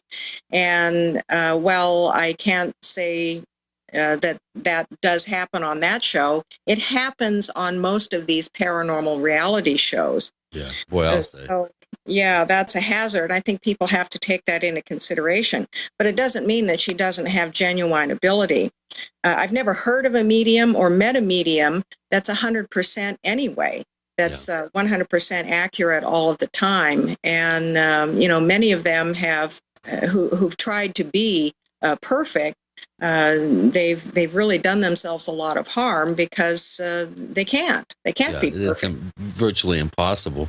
Well, why have you avoided, I'm sure, many kind of fishing expeditions by the media to have you as the subject of a show? I'm sure you've been approached by Hollywood to do Rosemary Ellen Guiley Presents or have some show based around your work. What do you think about the treatment of these subjects in Hollywood, and how have you responded to requests, to have you as a star of a show? There are some things that I'm very happy to do for TV and other things that I'm not. And I've turned down some shows that, want evidence to be embellished or, let's face it, even fabricated sometimes. I've seen cases of just out and out fabrication of evidence. The trend has been very discouraging for participating in a lot of these shows. And I was on one, we did the filming for it, 2 or 3 years ago, before it finally made its way to the States. And we'll not name the show by name, but they totally fabricated one of my significant experiences that they interviewed me about and completely ignored all of my research and conclusions and comments on the phenomenon that they wanted to portray, and totally fabricated my experience that they portrayed on television. And I was absolutely furious when I saw it. And it's this sort of thing that makes you just not want to participate in that medium altogether. But that's the unfortunate trend on these shows. And there are just way too many people who are willing to participate because they think it's going to make them famous. Right. Careful what you wish for. Yes, I can definitely identify with your experiences. I've been in the same position actually now 3 times. They've tried to approach me to do my own show, and I've very quickly found out that they didn't get it. And in the case of my San Luis Valley research and investigations, I've always thought that the place was the star, not me. I'm just facilitating more knowledge about a wonderful location. And unless you go 180 degrees to the idea that the place is a star and that the people are supplementing the place, then if they don't get that, then they don't get me. So I can appreciate where you're coming with that. This show, Ancient Aliens, is an example of shows that really educate people about the past, but then they take certain liberties, I think, in how they present information, how they present conclusions, and I think it's a trend, as you pointed out, that's not going in the right direction.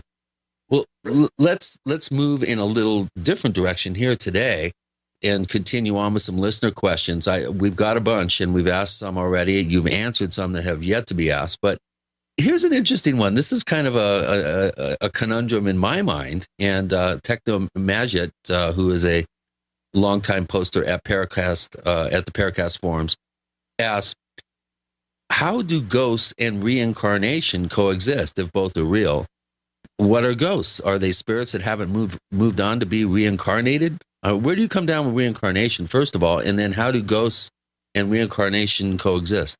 I do believe in reincarnation, and I have since a very young age. It's the only explanation that makes sense to me. I can't accept the idea of an eternal afterlife. You're a blip on the cosmic landscape in a physical life, and then you spend eternity in one state. It makes absolutely no sense. Actually, you don't reconcile ghosts and reincarnation, at least not in my view, because ghosts are residues. I've come to the conclusion after hundreds and hundreds of paranormal investigations that what most people call ghosts are simply imprints. There's not an intelligence to them. There's not a soul aspect. They're imprints left behind by the living. They're energy patterns. And they're repetitive. They're, for the most part, non-interactive. and they fade away over time. So I think that that's what we call a ghost. There are people who get stuck for a while who are earthbound, either by choice or accident. But I think that they eventually find their way into the afterlife. So the evidence for the afterlife comes through people's recollections, through spontaneous recall. Those are the most dramatic cases, especially among children. And speaking of television shows, one of them that is quite interesting is called The Ghost Inside My Child. Very badly named because it has nothing to do with ghosts. It's about children who have very profound and detailed memories of past lives that are then historically authenticated. And that's really the best evidence in support of reincarnation, and then to a certain extent past life regression. The hazards there is you're in an altered state, and how much of your regression is affected by things that can creep in and contaminate that. But nonetheless, people do have some very dramatic past life regressions that explain a lot of things to them in the present and even heal a lot of things. Yeah. Let me ask you a fast question here, which kind of relates to some of this. And that is, we have all these reports of accurate predictions of events and stuff like that. Is there any possibility here of selective memories, which is 99 times out of 100 we get it wrong, but when we get it right, we think about that and forget the wrong guesses? You mean in terms of precognitive dreams? Anything that may have a factual basis to. Well, selective memory, yes, that's actually a question that's been raised by parapsychologists, and especially in light of past life memories, the whole repressed memory sort of thing. I believe Lawrence LeShan examined that in some of his books, and he cited an example where he felt that he had a past life in a certain period of time, and then he wondered, had things that he'd seen on television or read even at a young age and forgotten. Could that have comprised what he felt was, a connection to a past life? So we can selectively forget and we can selectively remember. And it all gets to be very murky in many cases. Do you have a follow-up on that, Jane, or do you want me to take it? No, I'm going to go with that for right now. Go ahead. Okay, well, we have some more questions, and I think some of them are pretty interesting. What do you think of the recent announcement by the Pope? Now, I haven't read the article or seen the actual quotes, but correct me if I'm wrong, but it's Pope Francis now, correct?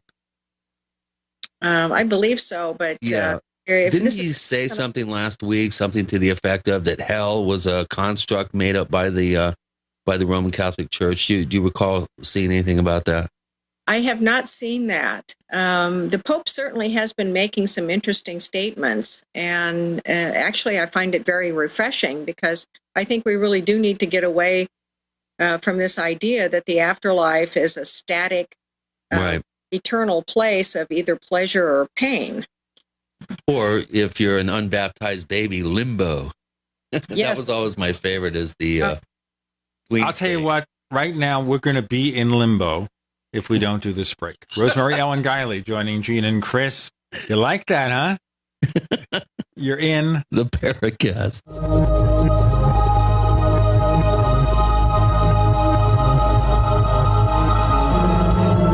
Not just an alternative to the mainstream media. We're the premier independent talk radio network. We are GCN. Hi, this is Ted Anderson. If you'd like to listen to GCN programs on the go, I have great news. GCN has created a Droid and iPhone application, and it's free. Just as easy as going to GCNlive.com, click on the banner, and download. Before you know it, you'll be listening to your favorite hard-hitting GCN shows, live or on demand, right on your Droid or iPhone, 24/7 and on the go. So download the Droid and iPhone app free by clicking on the banner at GCNlive.com. Thanks again for listening to GCNlive.com. Again, that's GCNlive.com. We, the people, grow cotton, weave fabric, engrave ink, embed strips and fibers to protect from counterfeit, then carting to a private bank, having it lent back at interest, forcing taxes to service debt. This capitalism, or was Jefferson correct when stating a central bank issuing the public currency is a greater menace to the liberties of the people than a standing army? Hi, Ted Anderson. I'm placing a free silver dollar in a book that explains our monetary system. Call for your copy, 800-686-2237. It's time to understand the system. Call 800-686-2237. That's 800-686-2237.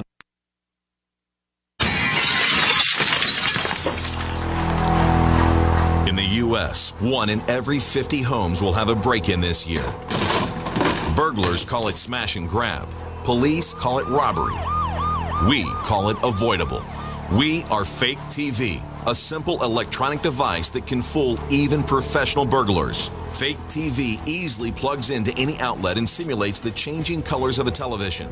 To a burglar, it looks like someone must be home watching TV, so they'll likely move on to an easier target. At only $29.95, Fake TV costs less than a month of most alarm monitoring plans and comes with free shipping. Order your Fake TV by calling 877-5-FAKE-TV or go to faketv.com. That's 877-532-5388 or faketv.com. Fake TV, the burglar deterrent.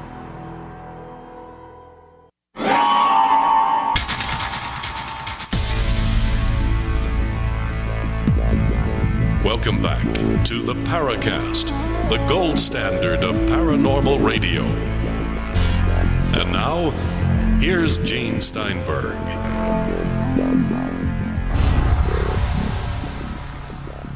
Gene, I set you up good with that one. You sure did. You know, I didn't even write that for you. It just came out of thin air. You divined the need to have a smart limbo, heaven, hell. These are, like, as Rosemary stated in the past, at the end of the last segment, that these are static conditions, static places. And Technomagid has another question that addresses that very topic and says, can a Christian heaven/hell coexist with reincarnation without contradiction? And I guess the short answer would be no. No, because in the concepts of reincarnation, things are fluid and you progress through incarnations. You know, there are differing views and even testimonies from the dead on this sort of thing as to how much choice we have in an incarnation. But time spent in the afterlife is spent in preparation for another incarnation. So you wouldn't be stuck in an eternal heaven or hell. It's always seemed to me that this scenario of the afterlife was just used as a club to get people in line and toe the mark. It's a control mechanism. Exactly. Obey the authority of the church, because if there was such a thing as reincarnation and second chances and redemption in that way versus all through the church, then who needs the church?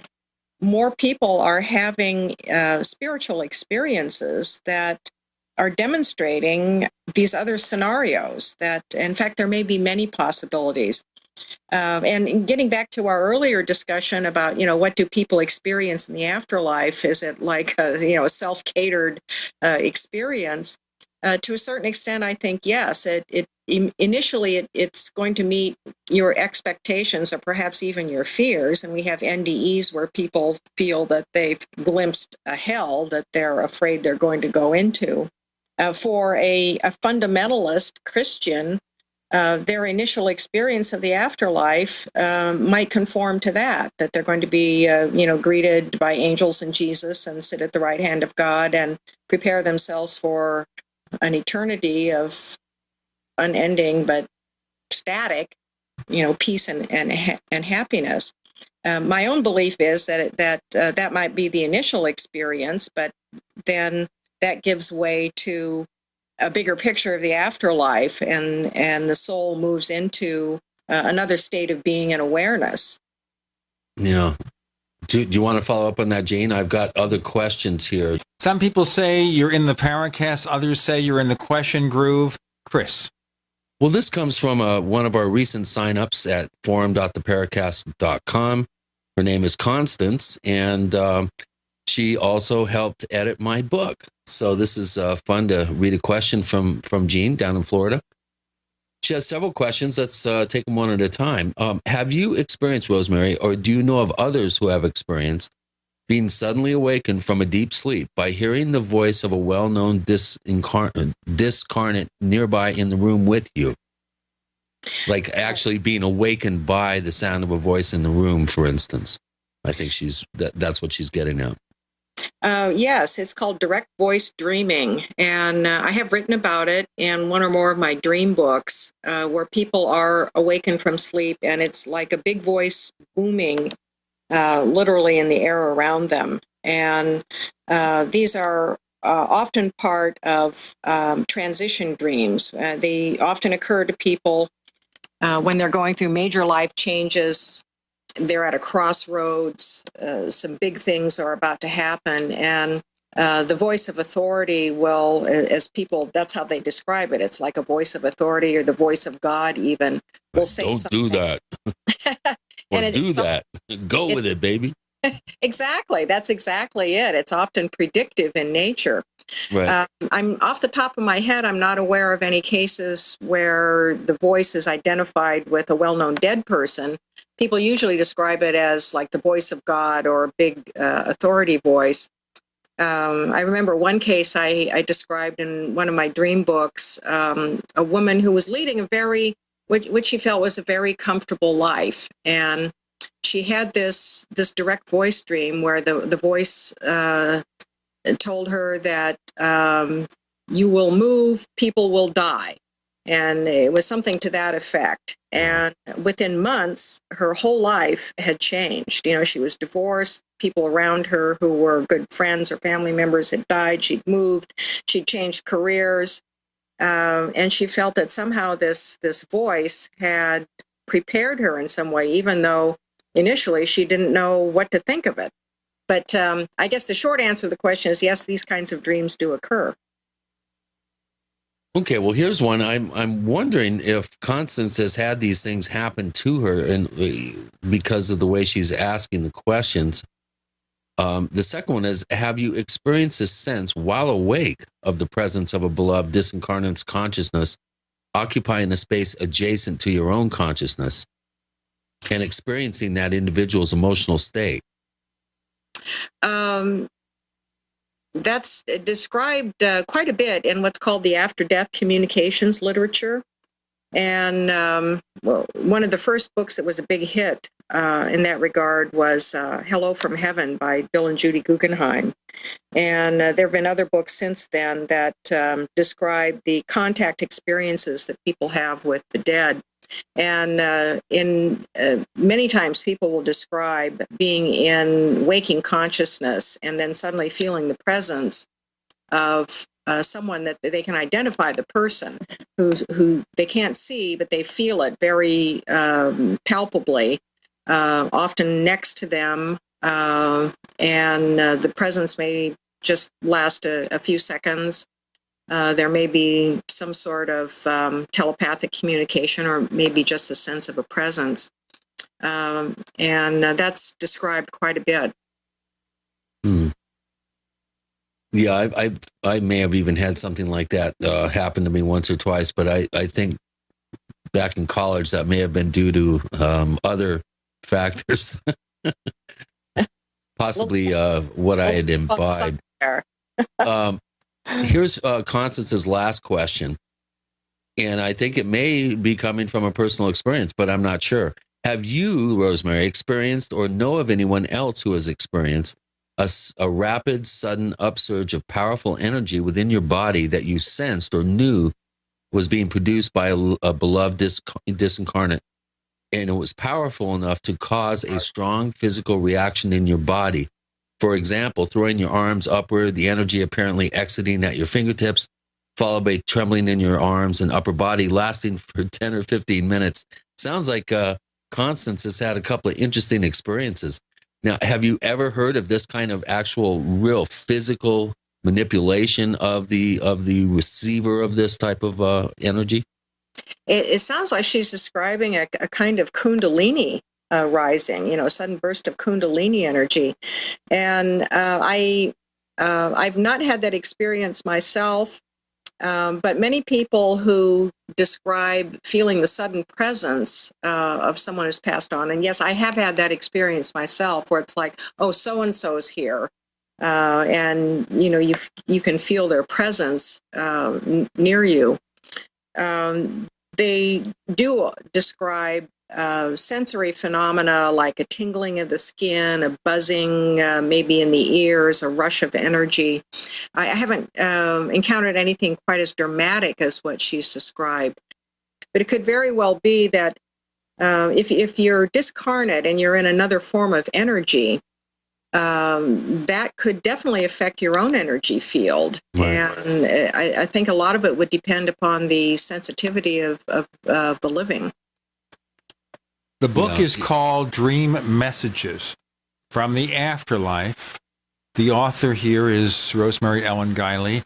Her site is visionaryliving.com, where she talks about her work and about all her books. You can also buy her books there. And I bet if you begged her, she'd even autograph a copy, right? I'm sure I could do that. All right. You see, she had to think about it. I'm kidding. With Gene and Chris, you're in the Paracast.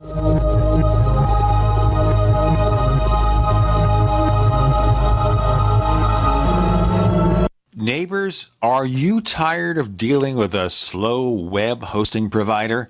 Well, check out A2 Hosting and their screaming fast Swift server platform. They even have SSDs that load pages 300% faster than the competition. Ready to give your site a speed boost? Well, tell you what, neighbors, head on over to a2hosting.com.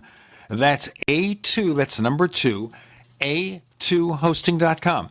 Check out their Prime hosting account. And get this, neighbors, they're even giving you an exclusive 25% off discount for all our listeners. 25%. And remember, their Guru Crew support team is standing by 24/7, 365 days a year to answer any of your questions. Now, to get the discount, use the coupon code GENE when you check out. Have you ever felt like the United States government knows way too much about your financial affairs? I continue to hear stories about property seizures, frozen bank accounts, confiscation of stocks and bonds. It makes me wonder if the U.S. citizen will ever again have the right to life, liberty, and the pursuit of happiness. Unfortunately, with the Drug and Money Laundering Act, the IRS Revenue Ruling 6045 of 1984, and the Trading with the Enemy Act and Franklin D. Roosevelt's Executive Order of 1933, some precious metal holdings are subject to government intervention. For this reason, Midas Resources has prepared a report explaining the boundaries of trading precious metals privately. Whether if you have any intention of trading with Midas Resources or not, I have instructed my representatives to give this report out free. Call for your free copy at 1-800-686-2237. When investing, always proceed with caution. Again, call 1-800-686-2237. Exercise your legal right to trade metals privately. 1-800-686-2237. We travel so much, and having a fake TV, well, it gives added peace of mind. Burglars look for houses that appear to be easy targets. But fake TV can fool even professional burglars into thinking someone is home watching television. As a recent widow living alone, it gives me great peace of mind to set my fake TV near a window and know that passing motorists and pedestrians will think someone is home watching TV when I'm actually away from home. Fake TV easily plugs into any outlet, just like a light on a timer. And they're so easy to use. You just plug them in and they're ready to go. Plus, they're so affordable that we have one upstairs and downstairs. Fake TV is only $29.95 with free shipping. Order your fake TV by calling 877-5-FAKE-TV or go to faketv.com. That's 877-532-5388 or faketv.com. Fake TV, the burglar deterrent. There are many things the human body can do very well, but maintaining the proper pH level isn't always one of them. That's where AlkaVision Plasma pH Drops can make a world of difference. AlkaVision Plasma pH Drops helps your body do what's natural. Just a few drops a day helps rid your body of harmful waste and acid while promoting health and restoring vibrance and energy. Alkalizing boosts your immune system and can help fight headaches, irritability, cramping, and insomnia. Alkalizing also helps the body fight depression and even bone loss. To learn more about the importance of alkalizing and how you can find life-changing and vital balance, please visit AlkaVision's brand new website at alkavision.com. Same great products, but now easier to use and more informative than ever before. To get your very own Plasma pH Drops for just $29.95, call 800-518-7615 or visit alkavision.com. That's ALKA vision.com. Alkalize your body and supercharge your health at the new alkavision.com.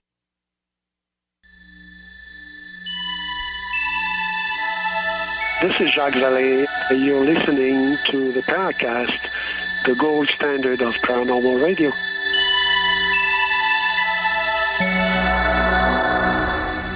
Let me ask you a question here, Rosemary, before we get back to listener questions. Misconceptions. What misconceptions do you find that people have about afterlife-related matter? Well, for me, and I have to look at this from my own perspective, since I have, a very expanded view of the afterlife. If people think the afterlife is a place of reward or punishment, I think that's a misconception, and that's been perpetrated upon us for centuries via religion. And I think that would be the biggest one. I'm not quite sure where to go on that one, Gene. I think it's a question of maybe answering listeners' questions, concerns about such things. Because obviously, our picture of the afterlife is so much framed by what we see on TV and in the movies. I think, for example, of the TV show Being Human in its last season in the USA version, where you have one character who is a ghost, and we see her waiting for that door. She's kind of existing in this stage where those with supernatural capabilities, the werewolf and the vampire, can see her, but nobody else can, and she interacts with them, but apparently she's waiting for that entrance to her reward, whatever that is. The door symbolism in that TV series, which I do like, I really enjoy it, is interesting because when people become earthbound, sometimes they stay because they've got unfinished business that they don't want to let go of, or they're looking for revenge or something that's compelling them to stay. Sometimes they're lost and confused if they've had a sudden death. But the mediums that I've worked with in spirit releasement, when they attempt to help a soul across, there is a symbol that usually appears from the medium's perspective about the point of transition. And it's often a bridge, but sometimes it's a doorway. And the process is usually one of communicating with the earthbound person and finding out what their issues are, and persuading them that it's time to move on, and then helping them find that point of transition, and also the greeting party on the other side. And that seems to be very important too, that somebody that they know, even an animal, is waiting on the other side to help them make it across. But the doorway does have some basis in the spiritual reality. Now, in the TV series Being Human, that's in the last season on the Sci-Fi Network, the ghost character, the character's name is Sally, she's the victim of a murder where her boyfriend, who happened to own the house in which she haunts, at least part of the time, threw her down the stairs. That's the backstory of the character. It gets pretty crazy, though. Like all good TV shows, it veers off into some very creative ways. The whole werewolf, that's another problem for me, is this whole werewolf thing with these, bands of people running around owning their wolf part. And a lot of that gets into pure fantasy, I think. But it's entertaining. Well, speaking of animals, here's another question from Techno Magic. Is the afterlife, Rosemary, only limited to humans and sentient species, or do animals like dogs, cats, chimpanzees, dolphins, whales, etc., also have an afterlife? Is there any scientific data that can support any sort of afterlife for animals? And I'll be interested to hear your answer. I don't think we can rely on scientific data.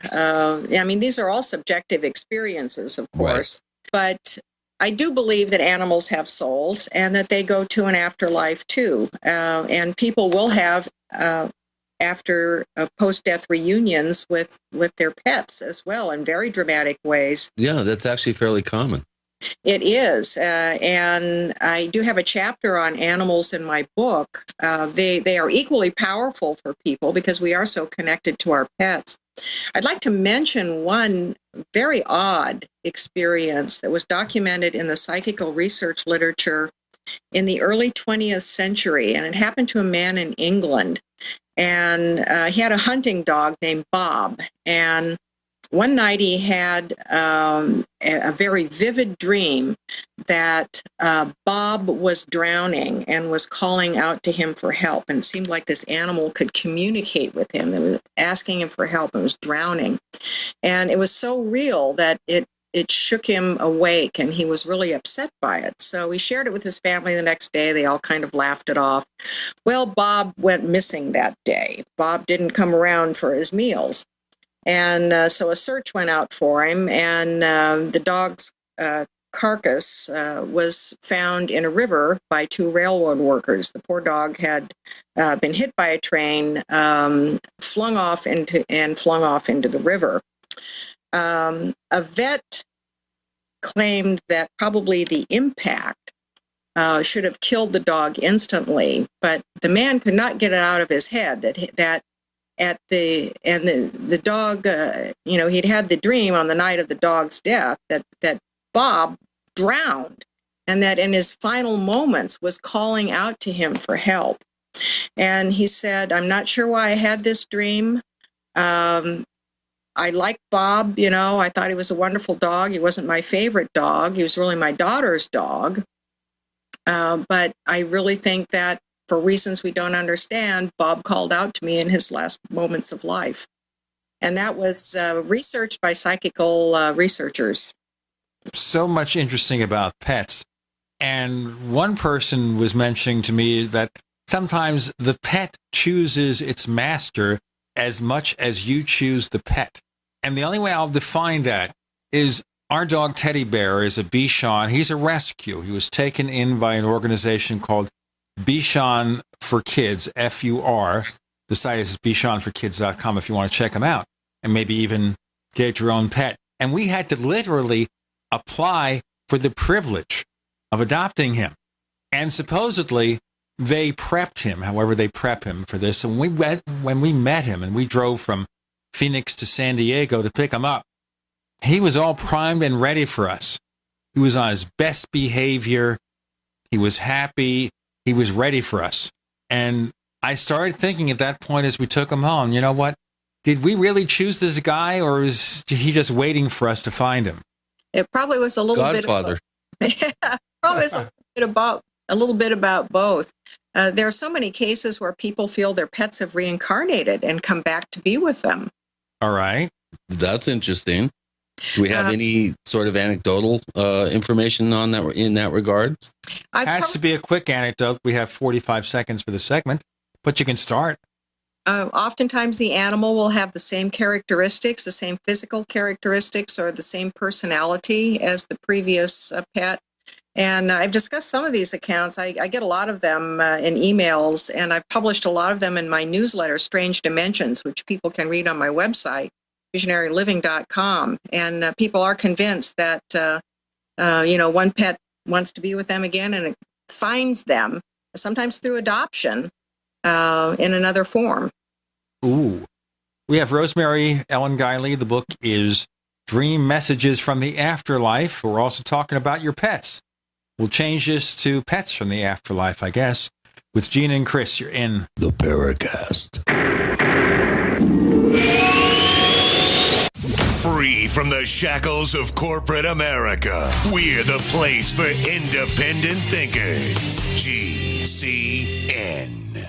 Graphic Converter is the image manipulation tool for the rest of us. It does not use any database. You get full control of all your files. Want to view the images of a folder? Drag it into Graphic Converter and a powerful browser opens up to show your image files. You could use it for slideshows. You could use it to import images from digital cameras or from scanners. Need to do some image editing? You can do that too in Graphic Converter. Also print catalogs. Convert from so many formats I can't even list them. Download now to see if Graphic Converter is good for you, like 1.5 million other users. Guess what? You could save money when you buy Graphic Converter. Use the coupon code Night Owl. Use the coupon code Night Owl to get a special price for Graphic Converter. Go to lemkesoft.com. That's LEMKEsoft.com. lemkesoft.com. LEMKEsoft.com.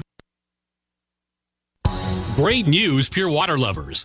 BigBerkeyWaterFilters.com has a special discount offer for all GCN listeners. You can't do better than a Big Berkey for economy. For only 1.7 cents a gallon, a single set of filters can last for 5 to 10 years. There's none better than a Big Berkey for emergency preparedness as a backup water source. And you just can't beat a Big Berkey to remove dangerous chlorine, all types of fluoride, pathogenic bacteria, cysts, parasites, and unhealthy byproducts from municipal water. Berkey water filter systems are even powerful enough to purify stagnant pond water. For the gold standard in water filters, get a Big Berkey at BigBerkeyWaterFilters.com. And all GCN listeners get 5% off all ceramic filter systems. For details, call 1-877-99-BERKEY. That's 877-99-BERKEY. Big Berkey Water Filters, for the love of clean water.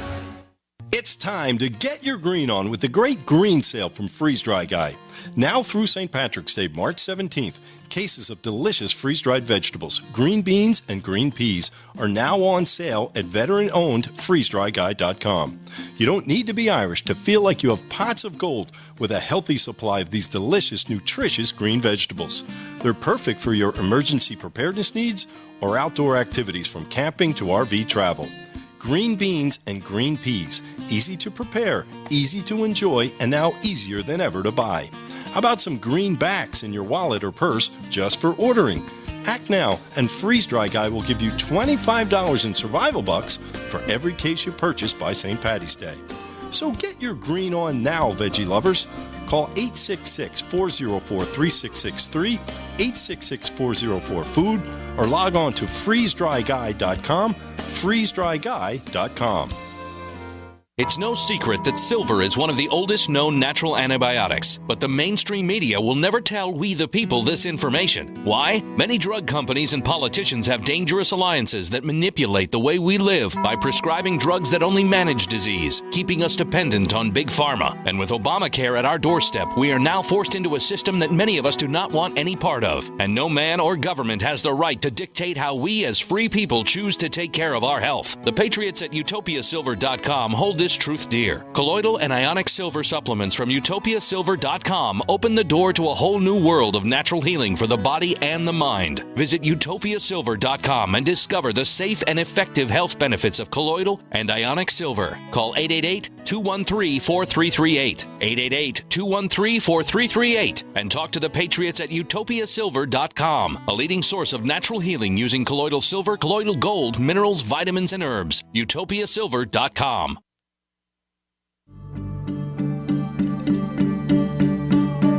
Hi, this is nuclear physicist lecturer Stanton Friedman. You are listening to the Paracast, the gold standard of paranormal radio.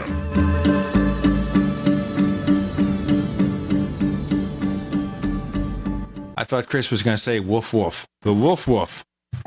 Reminds me of that crazy Christmas record where Jingle Bells being sung by the barking dogs or something like that. Woof, woof, woof, woof, woof, woof, woof, woof, woof.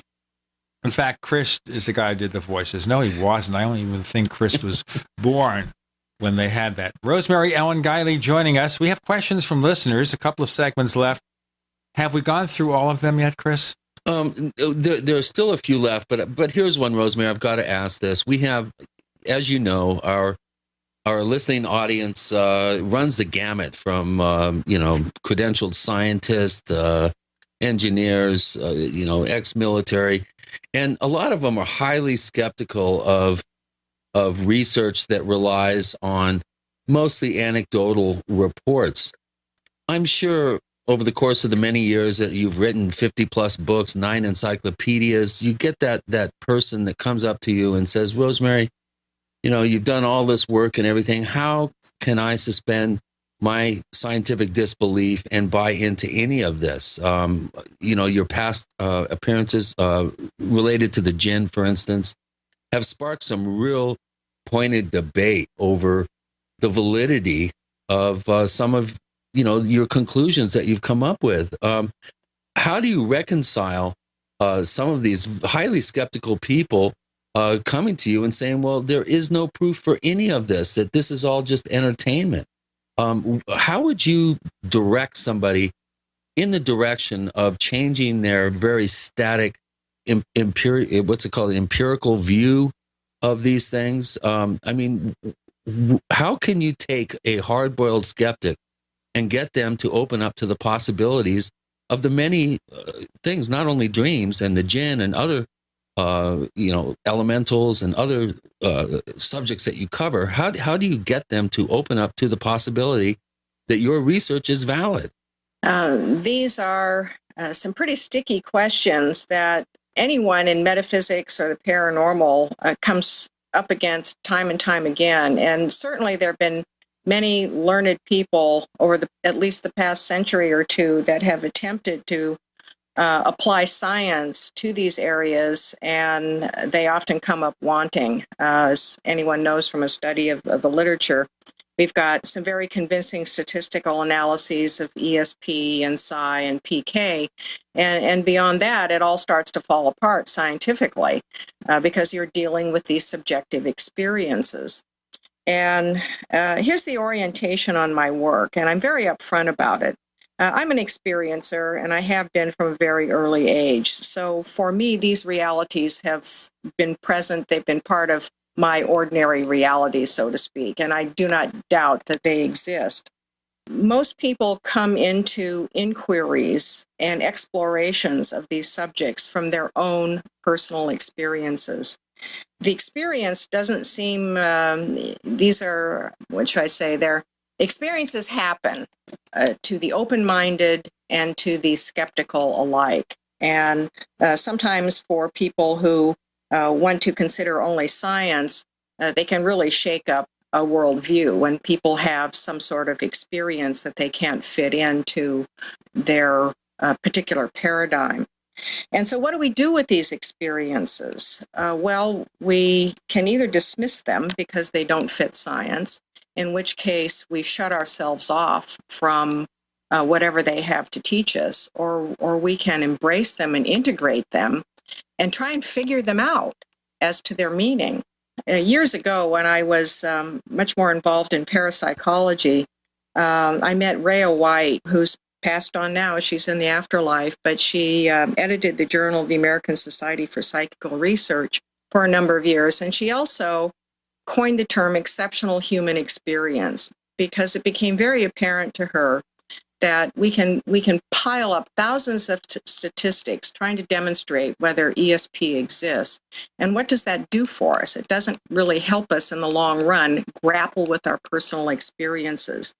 And she said there really ought to be a way in this discipline for some applied approach to be pursued to help explain these experiences within the context of living. She founded this magazine called Exceptional Human Experience for people to talk about things like mystical experiences, paranormal experiences, dreams, near death, the whole gamut. And unfortunately, this is an idea I always felt it had a lot of merit, and it certainly supported my own view. And unfortunately, it still has no place in a scientific paradigm. So we're left with these worlds and very slim bridges between them, if any bridges at all from some perspectives. I've been told by scientists, I went to an international conference on consciousness once and attempted to talk to scientists about this, and I was told point blank that it was all in the head, it was all fantasy, there was nothing to it. And I've never been able to accept that viewpoint, not only from my own experiences, but from my study of the history of human experiences. So the focus of my work really is oriented toward the how and why that we have these experiences. Clearly, human beings have been having extraordinary experiences throughout history, and they fall into certain patterns that are very consistent, regardless of how we explain them according to the age of history and the cultural context and whatnot. There are similar core elements to them. So why are we having these experiences? And we have, throughout history, attempted to integrate them with meaning into our lives and into our explanations of where we fit into the cosmic scheme of things. So I have made the judgment, the conclusion that these are important experiences. They have a numinous quality to them that is significant to the soul and to life's journey. So my work is really about what are these experiences? How are we having them? How are our present experiences put into context with experiences of our ancestors? And what can we possibly derive of benefit from these experiences? How do we integrate them? And how are we making sense of them and deriving some personal and collective value from them? And of course, once again, all of this really falls outside of science. So what I would have to say to the scientists is that I hope at some point these... Don't be too close-minded. At least keep an open mind. Yeah. I mean, that's at the very least. That we'll have some mechanism for bridging these gaps. And maybe there will be changes in our scientific understanding of reality that will help us get there. I think the whole concept of the multiverse and parallel dimensions certainly offer some avenues in that regard. Well, I think, again, you have to keep an open mind to the extent that you can't close yourself off from possibility. And I think you're a perfect example of somebody who has really taken that extra step forward and look for the patterns, look for the commonalities down through history. And that's where I feel your work has very great value for someone who is more skeptically inclined. Is, well, if that's the case, why do we see these types of things recurring over and over again in history? And you can almost categorize them and you can see patterns. And obviously, the time period in which somebody is living is going to dictate some of the details. But we're seeing, very similar categorically experience type effects through history. And I think that's an important fact. Well, let's get back. We don't have much time here. I do have a few questions left, but there's one I think that brings us back to the whole idea of dreaming.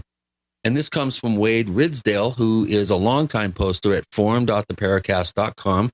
He's rapidly approaching the 2,500 post club. I'll tell you what, let's hold off on Wade's question. Okay. Till our next segment. Wade, I'm sorry about that, okay, man? We have Rosemary Ellen Guiley joining Gene and Chris. You're in the Paracast. The nation's largest independently owned and operated talk radio network. The Genesis Communications Network. GCN. Attack of the Rockoids has been well received by critics and readers alike. It's a thrill-a-minute story you'll never forget. A former U.S. military intelligence officer is haunted by intense dreams about a beautiful woman pleading for his help after a terrible battle in outer space. But the dreams turn out to be true and thrust him into a telepathic love affair with a woman whose faraway planet is intent on destroying the Earth. And now the gripping tale continues in The Coming of the Protectors. It's the second book of the Rockoids trilogy, a galaxy-spanning adventure that pits our hapless heroes against powerful, fanatical enemies that threaten the lives of freedom-loving beings everywhere. Attack of the Rockoids and The Coming of the Protectors. Classic science fiction at its best, available now. For more details, visit rockoids.com. That's ROCKOIDS.com. We all know that Berkey Water Purification Systems are the most trusted name in water filtration. As an authorized Berkey dealer for over 6 years and serving thousands of satisfied customers, the Berkey Guy offers amazing specials for Berkey Water Filtration Systems. The Berkey Light Systems include a set of self-sterilizing and recleanable black purification elements that purify water by removing chlorine, pathogenic bacteria, cysts, and parasites to non-detectable levels and remove harmful chemicals such as herbicides and pesticides. Order the Berkey Light System today, complete with 2 black Berkey elements for only $231, and the Berkey Guy will ship your order free of charge. With the purchase of a Berkey Light, the Berkey Guy is also offering a set of fluoride and arsenic filters for only $39.99. That's over 30% off the retail price. Call the Berkey Guy at 1-877-886-3653. That's 1-877-886-3653. Or order online at goberkey.com. That's goberkey.com today. This alert just came in. This special announcement is for business owners and leaders of organizations who've been waiting for the right time to build.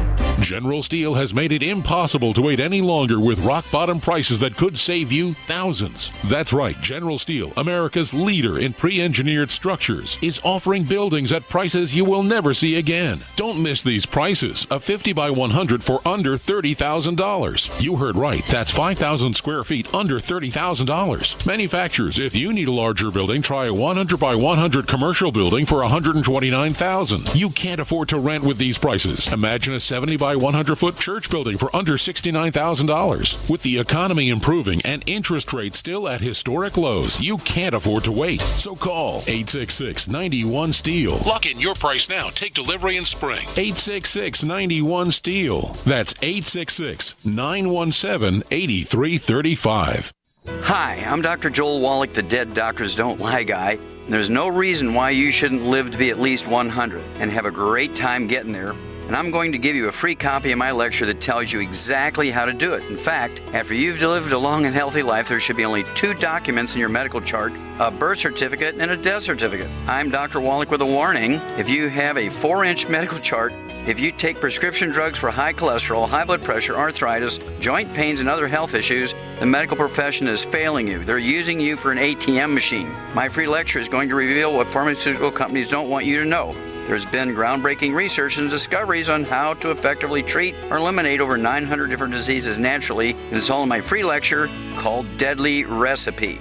So call toll-free 1-855-79-YOUNG. Again, that's toll-free 1-855-79-YOUNG. 1-855-79-YOUNG.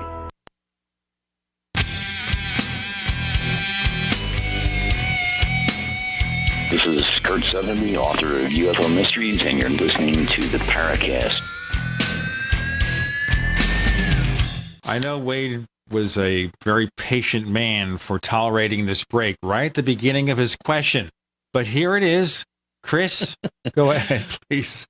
Well, first I got a comment on his avatar of the leprechaun doing something quite obscene to the severed head of Stephen Greer here. I mean, dude, you got to come up with a better avatar than this. This is really over the top.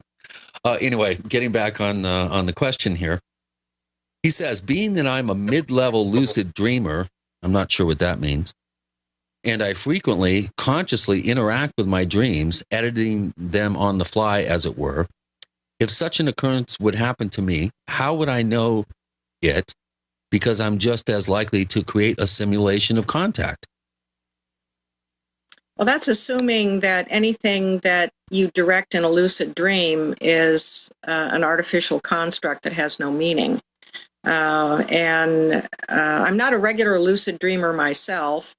I know a lot of lucid dreamers who have lucid dreams almost every night. And of course, I'm familiar with a lot of the studies done on lucid dreaming.